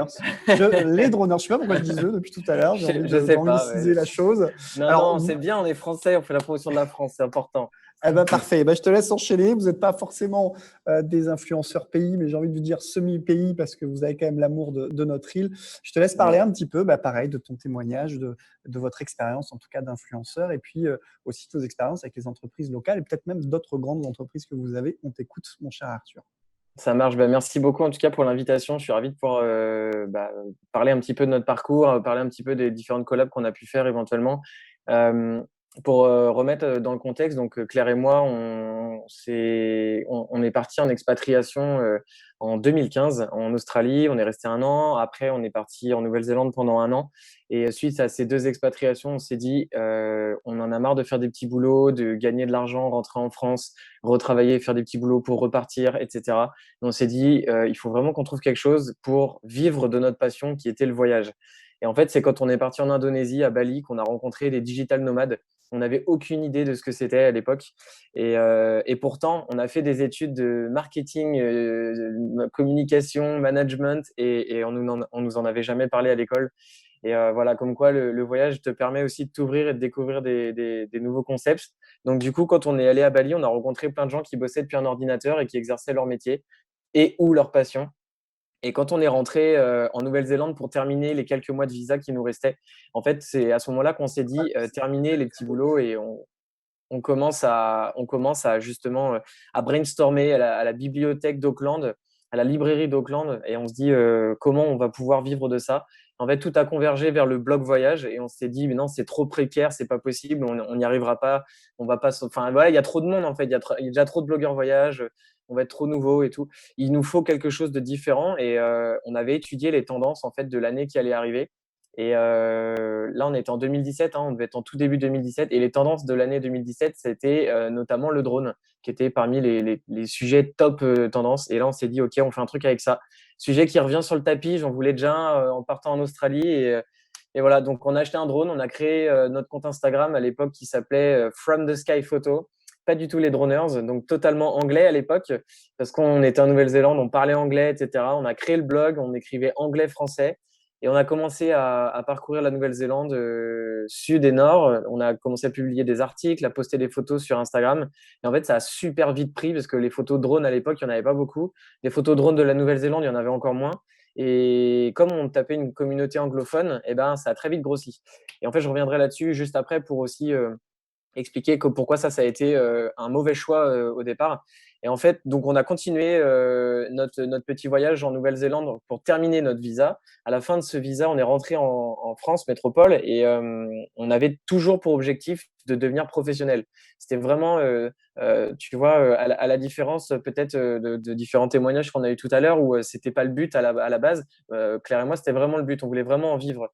Donc on s'est donné les moyens. Tu vois, on a essayé de créer des contenus pour nous, pour faire grandir notre communauté. On s'est fait nos propres références. On a été tu vois, en voyage en Écosse, on a été, je sais plus où est-ce qu'on est, en Espagne, on a été, voilà, notamment ces 2 gros premiers voyages pour nous qui étaient de la création de contenu pur et dur pour pouvoir alimenter nos réseaux sociaux et le blog. Et, et en fait, on savait pas du tout comment contacter les marques, on savait pas du tout comment on allait pouvoir vivre, parce que là, à cette époque-là, on était toujours en 2017. Et on s'est dit, mais en fait, il y a un moment, il faut bien qu'on gagne de l'argent parce qu'on arrivait à la fin de nos droits Pôle emploi, on n'avait plus rien, on mettait toutes nos économies dedans, on n'avait plus rien. Et à ce moment-là, on s'est dit, bah, on va reprendre les études et on a refait une formation en marketing digital dans une école en ligne qui est située sur Paris, mais c'était toutes des formations pour les entrepreneurs qui a duré à peu près 6 mois. Et cette formation nous a vraiment aidé parce qu'en fait, il y avait le directeur de l'école qui était notre mentor à l'époque, qui nous a vraiment accompagnés sur le développement et de notre projet, mais il savait pas trop quoi faire de nous parce même nous, on savait pas exactement si on voulait être influenceur voyage, blogueur. On avait un gros truc sur le drone aussi, une grosse communauté de drones qui commençait à se créer. On avait beaucoup d'articles, beaucoup de gens qui nous posaient la question sur le drone, les réglementations et tout. Et puis, arrivé un moment, on l'a rencontré pour de vrai à Paris. Et là, il nous dit, comme ça, on lance le sujet comme ça un peu mais totalement, je sais même pas comment on a fait pour sortir le truc, mais en gros, on parle de notre communauté. À l'époque, on devait être à 20 000 abonnés sur Instagram et on lui dit ça. Il nous fait quoi? Attends, mais je n'étais pas au courant. Et on lui dit si, on a 20 000 abonnés sur Instagram. Il me fait, mais c'est ça qu'il faut que vous fassiez, les gars. C'est concentrez-vous sur le tourisme, en fait. Vous avez une communauté de voyageurs. Donc, allez voir les entreprises du tourisme, allez voir les destinations, allez voir, voilà, et vous leur présentez la communauté. Vous leur dites que vous êtes capable de créer des contenus pour eux. Vous êtes capable de parler à une communauté qui est ciblée dans le tourisme pour eux et donc du coup faire de l'influence. Et une semaine après, on avait une réponse de l'Office du tourisme de La Plagne et notre premier contrat justement s'est démarré avec eux et derrière s'est enchaîné notre première collaboration rémunérée avec une marque bretonne et puis etc. Tout s'est enchaîné. Après, on en a eu 1, 10, 20 et toute l'année s'est passée comme ça. Et là aujourd'hui, ça fait 4 ans qu'on a créé le blog et qu'on est rendu maintenant au compte Les Droners. Donc voilà, il y a eu un changement de nom aussi. À l'époque, justement, on avait tout rebasculé en français quand on était rentré en France parce qu'on s'est rendu compte qu'au moment de vendre en fait notre communauté et de la mettre en avant auprès des marques et des institutions, ça avait aucun sens pour nos clients en fait d'avoir une communauté qui n'était pas française. Et c'était trop compliqué pour nous de justifier cette communauté anglophone, de continuer de parler anglais alors qu'on était rendu en métropole. Donc voilà, il y a eu aussi un gros basculement. C'est aussi pour ça que pendant très longtemps, on est resté sur un plateau en termes de communauté. On n'a pas du tout grandi pendant presque un an. Et quand tout le basculement s'est terminé, on a reconstruit notre communauté française. Bah là, ça a commencé à redécoller un peu sur tous les supports. Donc voilà un peu, en gros, notre parcours, je dirais, de serveur à blogueur voyage. Donc aujourd'hui, vous êtes à La Réunion, c'est ça? Et vous avez aussi C'est quelques ça. collabs du coup avec des entreprises locales. Tu peux Ouais, nous en c'est dire ça, ouais. quelques mots? Oui, on est à La Réunion. Alors, c'est la troisième fois qu'on vient à La Réunion. On a une attache quand même avec cette île parce que le frère de Claire habite ici depuis 17 ans. Donc, voilà, on est des semi-locaux. Mais voilà, on n'est pas nous, on vient juste le voir en vacances. On a aussi bossé un petit peu, mais voilà, on a un profond respect pour La Réunion, l'île, les gens sur place. Enfin, c'est vraiment une destination qu'on adore. Et, euh, et en fait, on a travaillé sur place avec l'IRT. Donc ça, c'était en 2019. On avait fait une collaboration avec eux pour mettre en avant la Réunion intense et romantique, parce qu'en fait, ils avaient vraiment cette image d'île intense, mais plutôt axée sportive, plutôt axée activité outdoor parfois difficile, etc. Et en fait, nous, l'objectif, c'était vraiment de positionner la Réunion comme une île accessible aussi pour les couples et pas seulement pour les sportifs, pas seulement pour les activités outdoor, qu'on pouvait aussi venir pour se détendre, accéder à des infrastructures très cool, des petits gîtes de charme. Tu vois, on avait été, comment elle s'appelle on a été dans une petite case qui était complètement à l'est, là-bas, j'ai perdu le nom, le gîte Canne à sucre, qui est très joli. Voilà, c'était magnifique. On a été là-bas, la propriétaire était adorable. On a passé un super moment d'échange aussi. Et ça, c'était typiquement le genre de lieu qu'on recommandait à notre communauté, pareil, qui était des couples, des jeunes actifs sans enfants qui veulent s'inspirer et qui veulent avoir des destinations de voyage pour eux sans pour autant aller dans une destination où il faut faire de la rando pendant 12 heures, le backpack, voilà. Donc, c'était vraiment l'objectif de cette campagne avec l'IRT. Donc, on avait pour objectif de créer des contenus photos et vidéos, objectif influence aussi sur les réseaux sociaux, en postant des publications sur Instagram, en les mentionnant, des stories. On a fait aussi publications sur Facebook et articles de blog. Et évidemment, aussi un très gros partenaire, et je remercie encore Stéphanie d'Aerostral qui nous accompagne du coup depuis le début, en fait, depuis 2019 où on est venu justement. Ils ont pu nous suivre sur le projet. Et derrière le projet en 2019 avec l'IRT, on avait organisé un concours avec Aerostral pour justement développer la notoriété digitale d'Aerostral. Donc en offrant un billet d'avion à la communauté et voilà, en s'abonnant au compte Instagram d'Aerostral, je dirais le mécanisme classique, hein, on a rien fait de sorcier, mais c'est vrai que ça a donné un énorme coup de boost. Et en 2019, fin 2019, début 2020, c'était la publication qui avait le plus gros taux d'engagement et celle où il y a eu le plus de vues, le plus d'impressions en fait. Donc comme quoi, même les concours aujourd'hui fonctionnent encore très très bien et ont encore vraiment beaucoup d'intérêt pour les abonnés, pour les marques et les destinations. Et voilà. Et donc ensuite, troisième voyage à La Réunion en 2020, fin 2020, là, en décembre, on est arrivé pour des vacances. Et on a bien fait parce qu'on a échappé au couvre-feu et justement au motif impérieux de la métropole. Donc voilà, on s'est dit que on allait venir ici passer le nouvel an avec notre famille. Et puis finalement, bah, on a décidé de rester, au lieu de rester 15 jours, on a décidé de rester un mois. Puis finalement, comme nos tournages en France étaient décalés, on s'est dit qu'on allait rester un mois de plus. Et puis comme ça s'est vraiment, vraiment décalé à cet été, bah, on s'est dit qu'on allait rester 3 mois. Donc voilà, donc là, départ le 4 avril, retour en métropole après 3 mois à La Réunion. Et pendant ce moment-là à la Réunion, en fait, on a vraiment eu envie de travailler un peu différemment et tu vois, de prendre plus de temps en fait pour nous, de faire les choses différemment. On n'a pas fait de collaboration avec l'IRT. On a fait une collaboration avec Aerostral, comme expliquait Stéphanie tout à l'heure, où on a été dans les coulisses de la compagnie. On a été voir le centre de formation des PNC et on a fait un petit reportage photo et puis Insta qui a été très interactif avec la communauté. Donc ça, c'était cool. Et puis surtout, on a voulu prendre le temps et en fait filer des coups de main. En fait, on veut pas arriver en sauveur ou paraître comme des sauveurs, mais c'est vrai que quand on était sur place, pour pas mal d'entreprises, des restos, des hébergements, ou voilà, à chaque fois, ils nous disent, mais là, on galère en fait, on galère vraiment parce qu'on n'a pas de touristes, vu qu'il y a le motif impérieux, en fait, les métropolitains viennent pas et c'est quand même une bonne partie de la clientèle des infrastructures touristiques. En fait, on a dit, on va vous filer un coup de main, quoi. Et voilà, c'est pour ça que depuis qu'on est à La Réunion, là, depuis quelques temps, on fait pas mal de collabs sous forme d'échanges, en fait. Donc, c'est pas du tout à notre habitude. C'est vrai que nous, habituellement, les collaborations sont des collaborations rémunérées, mais là, on le fait vraiment parce que ça nous fait trop plaisir en fait d'aider, tu vois. Donc en fait, on crée des contenus, on prend des photos qu'on livre en fait aux établissements dans lesquels on va.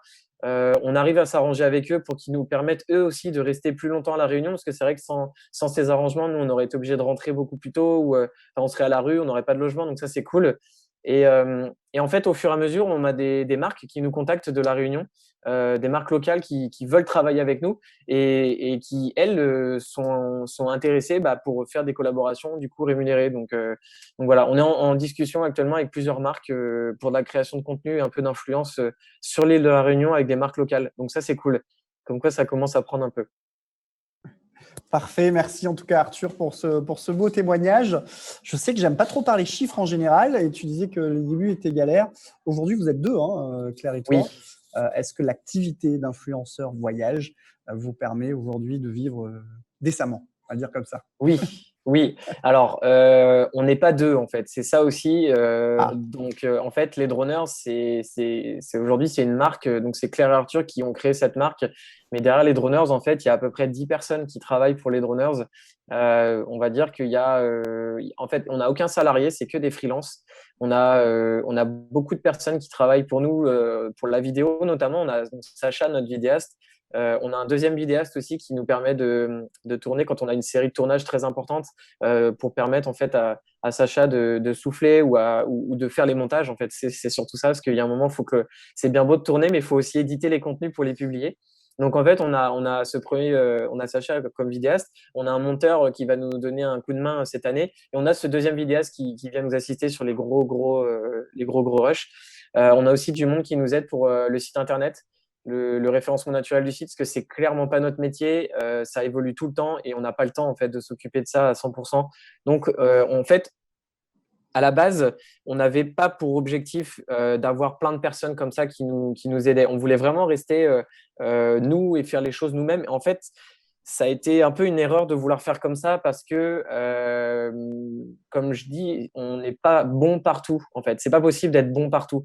On était plutôt moyen partout, et ce qui fait qu'on stagnait. On n'arrivait pas vraiment à avancer. Et moi, je préfère être très bon quelque part et que moyen partout. Donc en fait, nous, on se concentre sur ce qu'on sait faire. C'est en gros la gestion de la communauté sur Instagram, le blog, Pinterest, Facebook. C'est vraiment ça, vraiment notre cœur de métier un petit peu. Maintenant, on va dire, c'est l'image en fait qu'on donne et qu'on vend. Ça, c'est notre cœur de métier. Et après, tous les métiers qui nous permettent de faire vivre les droners, c'est des métiers qu'on a besoin de déléguer. Donc, on a une personne pour le SEO, pour le site, on a des personnes qui nous aident pour la rédaction, on a des personnes qui nous aident pour la vidéo, pour la photo, pour la gestion de réseaux sociaux comme Pinterest.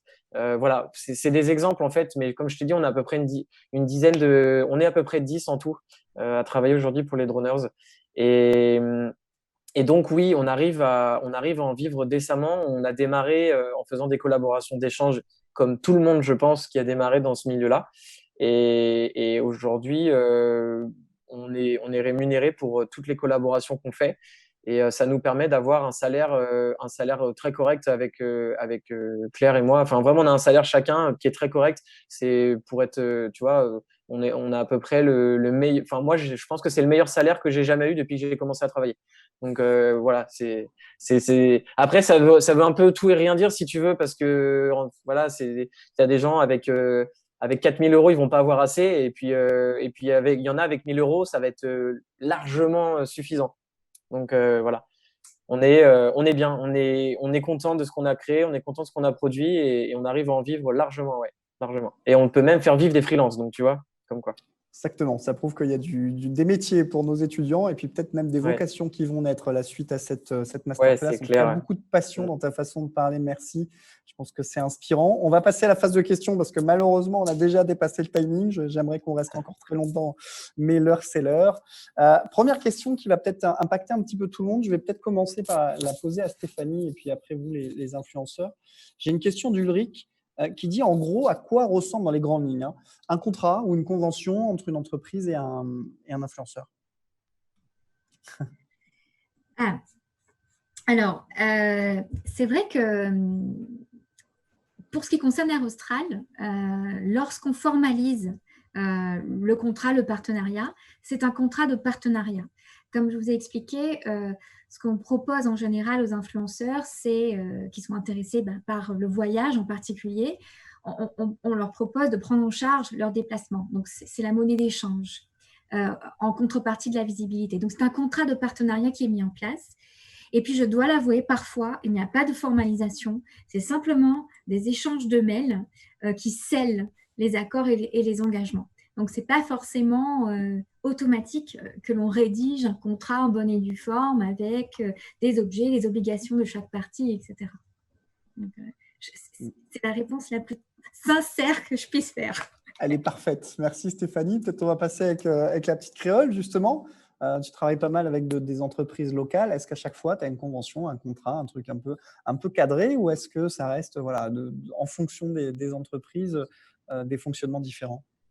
Toujours un contrat, et d'ailleurs, si jamais certains d'entre vous veulent se lancer, toujours faire un contrat, que vous soyez côté marque ou côté influenceur, parce que ça évite les mauvaises surprises.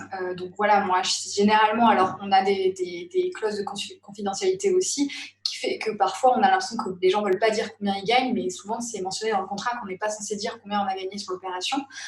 Donc voilà, mais généralement, en fait, c'est précédé par pas mal de discussions en fait, et puis derrière on a donc toutes les conditions donc d'utilisation de ces photos et de son image, la durée, ça c'est hyper important aussi pour éviter que par exemple moi une photo que j'ai faite, je sais pas moi en septembre 2018, elle ressorte dans plusieurs années où ma vie aura évolué, etc. Donc j'aurais pas forcément envie d'être encore associée à une marque si jamais je sais pas, on peut imaginer qu'il y a un bad buzz, qu'elle change complètement d'image de marque aussi. Donc voilà, il faut toujours penser à se protéger. Et pareil, c'est la même chose pour la marque. Vous avez voulu travailler avec un influenceur à un temps T, mais peut-être que demain, lui aussi va complètement changer de manière de communiquer, va être victime d'un bad buzz aussi. Et donc, c'est plus le moment que cet influenceur s'associe à vous non plus, quoi. Donc voilà, du coup, toujours bien définir des durées, bien définir un montant, bien définir les contenus précisément qu'on attend, parce que ça évite les mauvaises surprises, quoi. Voilà. Bien. Merci. Fazila ou Arthur, vous voulez compléter ou Carole a tout dit? Ouais, c'est assez précis. C'est comme ça que ça se passe pour nous aussi. Il n'y a pas plus. Vraiment, c'est contrat écrit, devis signé, tout est clair, carré, net et voilà, pour éviter les mauvaises surprises. Parce qu'il peut y en avoir et il y en a. Peut-être si je peux rajouter juste un petit truc sur une mauvaise expérience. Juste pour vous raconter, ça se passe pas toujours bien. Je vais nommer personne, que c'est pas le but, mais c'est juste vraiment le contexte. Du coup, c'était une expérience que j'ai eue via une agence. J'ai été contactée par une marque, on va dire, où on me proposait de faire du contenu et beaucoup de contenu en échange d'un produit dont la valeur marchande était environ 10 €. Voilà, donc moi tout de suite j'ai répondu en expliquant que non, je ne fonctionnais pas comme ça et que si je voulais m'acheter ce produit, j'avais 10 €, je pouvais me l'acheter et que s'il me plaisait, à ce moment-là j'en parlerais, mais que si on me contactait pour un partenariat, non, il faudrait faire un vrai partenariat. Du coup, l'agence a apparemment réussi à convaincre la marque. Je ne sais pas ce qui s'est passé du côté discussion agence et marque. Donc, on a fini par établir un partenariat sur 3 mois avec un budget hyper serré, mais sur le principe, je m'étais dit, c'est une marque qui se lance, donc je vais le faire. Donc, on l'a fait. Et honnêtement, déjà le début, ça partait un petit peu mal. Faut le dire. J'aurais pu me douter que ça aurait pu mal finir aussi. Et au final, donc j'ai travaillé sur ce partenariat et en fait, le jour où je suis allée faire mon tournage, mes prises de vue, etc., tout s'est bien passé. Je partage le contenu le lendemain et je crois que c'est 24 heures ou 48 heures après, la marque est revenue vers l'agence en disant on n'est pas du tout content, on n'a pas déjà eu des retours, donc on ne veut plus faire le truc sur 3 mois et ça s'arrête là. Donc moi, je vous avoue, j'ai pas cherché à faire plus, mais effectivement, j'avais pourtant un devis signé sur 3 mois, etc. Mais c'est juste, voilà, à un moment donné, en fait, il faut faire de la pédagogie quand on est de notre côté. Il faut que les agences en fassent aussi, parce que concrètement, moi, je suis pas une machine à sous, en fait. Si je viens une fois consommer un produit chez vous, bah forcément, vous pouvez pas attendre que dans l'heure, vous ayez un impact immédiat, en fait. C'est pas comme ça que ça marche. Enfin, même, je sais pas, une pub dans le journal ne marche pas comme ça. Donc, on peut pas non plus attendre ça de la part d'un être humain, enfin, que ce soit Arthur, que ce soit Fazila, que ce soit The Caillou qui a travaillé aussi avec Aerostral. On n'est pas des machines à sous. Donc, c'est pas on actionne le levier et puis tout de suite, en fait, les gens viennent. D'autant que moi, de mon côté, j'avais eu des bons retours sur ce partenariat. Donc, j'avais été hyper surprise, en fait, que la marque estime ne pas s'y retrouver parce que j'avais des gens qui m'avaient dit immédiatement, j'y suis allée après tes stories et j'ai trouvé ça cool et j'en ai eu plusieurs. Mais visiblement, voilà, la marque n'était, je pense, pas convaincue depuis le départ par la mécanique de l'influence tout court, parce qu'ils n'en ont pas refait du coup. Voilà, c'était juste pour vous donner un exemple de ce qu'il faut un peu prévoir. Merci en tout cas pour cet exemple et ces écueils effectivement peut-être à éviter. Du coup, je complète la question avec, alors plus peut-être pour Fazila et Carole, mais tu peux aussi intervenir si tu le souhaites, Arthur. Est-ce que le contexte qu'on vient de vivre, qu'on vit encore malheureusement, a un peu professionnalisé les choses et vous a amené plus de contacts ou plus de collabs potentiels depuis là la dernière année? Merci Carole. Alors oui, effectivement, il y a eu un petit peu plus de demandes, plus rapides, moins de chichi avec les marques où on devait dire bah voilà, je fais ça, mon taux d'engagement. Il y a vraiment moins à expliquer parce que là, du coup, c'est les marques directement qui viennent me voir ou qui me disent voilà, on aimerait faire ci, ça. Et c'est assez clair et précis. Et c'est vrai que ça a boosté un petit peu ce côté-là parce que de toute façon, on s'est retrouvés en confinement et on était connectés que via les réseaux.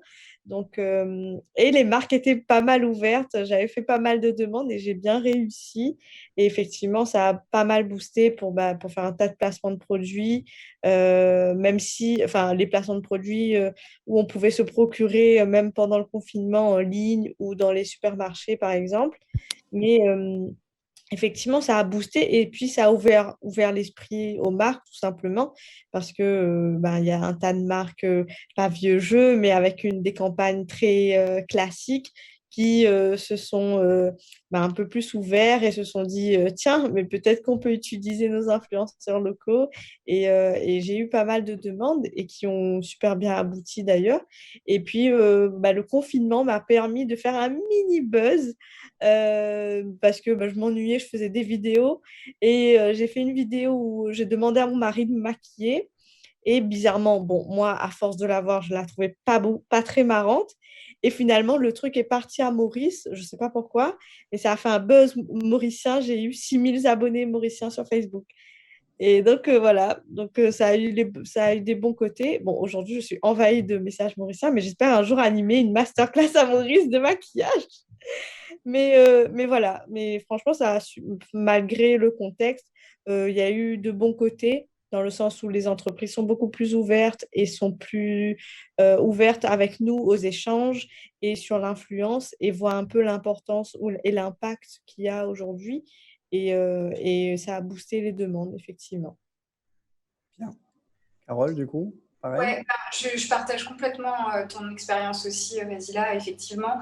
Moi, du coup, Laure vous en a parlé tout à l'heure. Donc, la FRT, notamment, a souhaité, donc ils ont eu un budget pour pouvoir participer à la relance pour les prestataires qui pouvaient plus s'adresser, du coup, aux touristes extérieurs. Et donc, l'idée, c'était tout naturel pour eux, au final, de faire appel aux influenceurs locaux. Et du coup, en plus, moi, j'avais déjà travaillé avec eux, mais c'était aussi le cas des autres qui font partie de l'équipe des explorateurs. Et on avait juste collaboré individuellement. Donc, il y a eu ce contrat-là.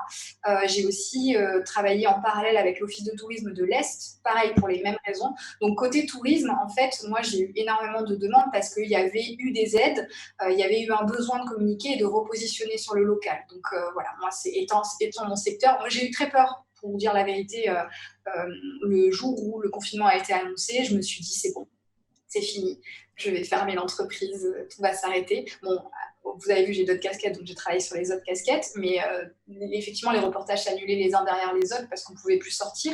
Mais par contre, dès la réouverture, en fait, même certains, quelques jours avant la réouverture, beaucoup d'entreprises et de structures se sont dit il faut qu'on reparte. Donc oui, depuis, j'ai eu beaucoup plus de sollicitations, effectivement. Bien, merci pour cette réponse. Stéphanie, vu que tu es encore là, on a vu tout à l'heure un petit peu l'historique en termes de communication marketing, je parle d'Air Austral, et notamment par rapport au digital. Je sais que vous aviez un gros budget sur de la communication classique, je vais m'exprimer ainsi. Aujourd'hui, je pense qu'il y a un décalage, on va dire, sur le digital. Est-ce que tu peux nous en dire plus? Et si ce n'est pas indiscret, ça donnerait quoi en pourcentage? Est-ce que voilà, c'était mineur, ça grossit, ça donne quoi à peu près? Alors, déjà, je vais apporter une petite correction parce que c'est vrai qu'Air Austral reste un annonceur, on va dire, d'importance en particulier sur le marché réunionnais. Mais on fait preuve, les équipes de communication font preuve surtout de beaucoup d'agilité parce qu'on a des budgets qui sont inférieurs et bien nettement inférieurs aux proportions habituelles qui sont en général d'1% du chiffre d'affaires. Donc, on n'est pas du tout dans cet ordre-là pour ce qui concerne la communication d'Air Austral. Et même si on reste un annonceur, on va dire, important, effectivement, à La Réunion. Mais pour répondre plus précisément à ta question, c'est vrai que jusqu'en 2017 à peu près, j'ai presque envie de dire que la totalité de nos budgets communication était dédiée aux médias traditionnels, affichage 4x3, télévision, publicité, audiovisuel, etc. Et à partir de 2017, on a commencé à investir sur le web, en particulier en display, à investir en retargeting, à investir en sponsorisation sur les réseaux sociaux. Donc, on a vraiment eu, on va dire, un déclic à ce moment-là. Et aujourd'hui, si je devais donner une proportion, alors en 2020, c'est simple, avec le Covid, c'est quasi zéro sur les médias traditionnels et donc une petite partie, en particulier en sponsorisation, sur les réseaux sociaux. Donc, mais ça reste très, très, très faible. Donc, on est en train de redéfinir tout ça. Donc, en fait, je ne peux pas répondre vraiment à ta question. Tu as répondu en toute transparence. Et c'est vrai que je pense qu'à l'avenir, on va véritablement avoir un vrai équilibre entre les médias traditionnels et le digital, et la communication sur le digital plus largement. Bien, merci pour cette réponse transparente, ma chère Stéphanie. Question d'Alexandra, peut-être pour nos influenceurs, et après on va conclure parce qu'il est déjà 18h20, donc ceux qui sont en motif impérieux, désolé pour eux. Alexandra, elle demande quand vous faites une collab sur plutôt des notions finalité de vente d'un produit ou d'un service, si après la collab, les ventes explosent, est-ce qu'il y a un moyen de réévaluer la rémunération ou est-ce qu'il y a des choses qui fonctionnent comme ça ou pas du tout? Moi, perso, de notre côté, non, pas du tout. Et je trouve que c'est pas du tout professionnel de faire ça, en fait. Ça me paraît pas logique. Après, peut-être que les filles, vous fonctionnez différemment, mais non, nous, on fait pas ça, en fait. Non, en fait, je trouve pas ça professionnel du tout. Après, comme on en parlait, de toute façon, il y a un devis qui est signé. Donc, en fait, nous, d'un côté, la marque, elle s'engage à nous rémunérer à telle hauteur et à recevoir en contrepartie telle chose. Donc après, c'est un coup de poker aussi pour la marque, quoi. Comme tu disais, Carole, tout à l'heure, on n'est pas des leviers à monnaie. Donc, c'est-à-dire que c'est pas parce qu'on active un influenceur que forcément ça va vendre. Si ça vend, tant mieux, c'est génial, mais c'est pas la finalité. La finalité, je pense, c'est plutôt la notoriété, le développement de notoriété et la création de contenu que la marque ou la Desti peut récupérer. Après, s'il y a des ventes, qu'il y a des déplacements, il y a des réservations, etc., je pense que c'est du bonus, en fait. Mais du coup, c'est pas une question de réévaluer quoi que ce soit. Après, ça peut être, on peut parler de réévaluation de tarifs, mais pas avec ce contrat-là. Mais on peut peut-être réévaluer ces prestations dans l'ensemble pour les prochaines. C'est-à-dire se dire, OK, là, en fait, ce qu'on a fait, ça a quand même bien cartonné. On a quand même passé du temps. Est-ce qu'on a été rémunéré à notre juste valeur? Est-ce qu'en fait, on n'est pas peut-être un peu trop bas? Et donc voilà, à ce rythme-là, peut-être oui, dans ces cas-là, rehausser un petit peu. Et à l'inverse, pareil, hein, si on fait des choses et que ça fonctionne pas du tout pour les marques, bon, si ça arrive une fois, un flop, ça peut arriver. S'il y a 2, 3, 4, 10 flops, là, il y a un moment, il faut se poser la question et peut-être du coup aussi baisser ses tarifs, quoi. Donc voilà, de mon point de vue, non, on change pas pas en cours de contrat. Merci Arthur. D'accord, a priori, vu le mouvement de tête des filles. Complètement d'accord. Et pareil, sur les conditions de réévaluation, c'est peut-être plutôt justement si la marque est contente, qu'elle remarque qu'elle a eu de très bons résultats, ben, c'est le moment au prochain devis éventuellement. Parce que assez souvent, effectivement, s'il y a eu des bons résultats, c'est aussi parce que peut-être on a fait plus de choses que ce qu'on était censé faire. Et c'est là qu'on réévalue. Assez souvent, c'est ça. Moi, j'avoue, sur certains contrats, il était prévu que je fasse X nombre de contenus. Et puis en fait, ça m'a tellement plu que j'en ai fait plus. Parce que bah, voilà, ça m'a intéressé, ça m'a plu, j'avais envie. Et du coup, bah, forcément, ça a aussi mieux marché en termes de résultats. Donc, éventuellement, en fait, bah, voilà, ça, pour le prochain contrat, ça permet de se dire, bah, en fait, je sais qu'en termes de contenu, vous pouvez m'en fournir, entre guillemets, j'ai de la matière à faire du contenu. Donc, pour la prochaine fois, je vous propose une fréquence plus élevée, donc un tarif plus élevé. De toute façon, vous savez que ça vous rapporte plus que ce qu'on avait prévu. Donc, généralement, c'est plus comme ça qu'on s'y retrouve, mais c'est pas jamais pendant. Hein. Jamais pendant. Bien. Merci beaucoup. On va s'arrêter là, même s'il y avait une dernière question pour toi, Carole, qui est où est-ce qu'on mange les meilleurs bouchons à La Réunion? Je vais quand même m'arrêter là. La prochaine vidéo, mais je peux déjà donner un avis, c'est à Saint-Benoît. Ah, ça fait loin. Et merci en tout cas, Carole, donc la petite créole, Arthur et Claire, donc les droneurs, c'est pas The Droners, et Fazila, Couleur Café, d'avoir partagé votre expérience d'influenceur. Et je pense que le partage est extrêmement positif. Donc à nos étudiants qui avaient des souhaits de le faire, allez-y, vous n'avez plus d'excuses aujourd'hui, surtout avec les interventions qu'on a eues ce matin. Laure, elle n'est plus là, je la remercie de la Fédération réunionnaise de tourisme. Et toi aussi, ma chère Stéphanie, un immense merci de ce témoignage, une belle présentation. Bravo Lucas. Et puis merci pour le cadeau que tu nous fais de permettre à nos étudiants, au-delà de la note qu'ils vont avoir sur les projets qu'ils vont rendre, d'avoir une vraie carotte. Et quelle carotte, puisque c'est un voyage aller-retour pour Paris. Merci à tous. En tout cas, fin de ce masterclass, c'était un plaisir. Merci aux étudiants, même si pour eux, c'était obligatoire. Merci à la communauté professionnelle. Je vois Thierry qui est là, d'avoir participé jusqu'au bout à cette journée. Bonne fin de journée à tous, bonne soirée. Et puis à très vite pour ceux que je vois bientôt. Bye bye.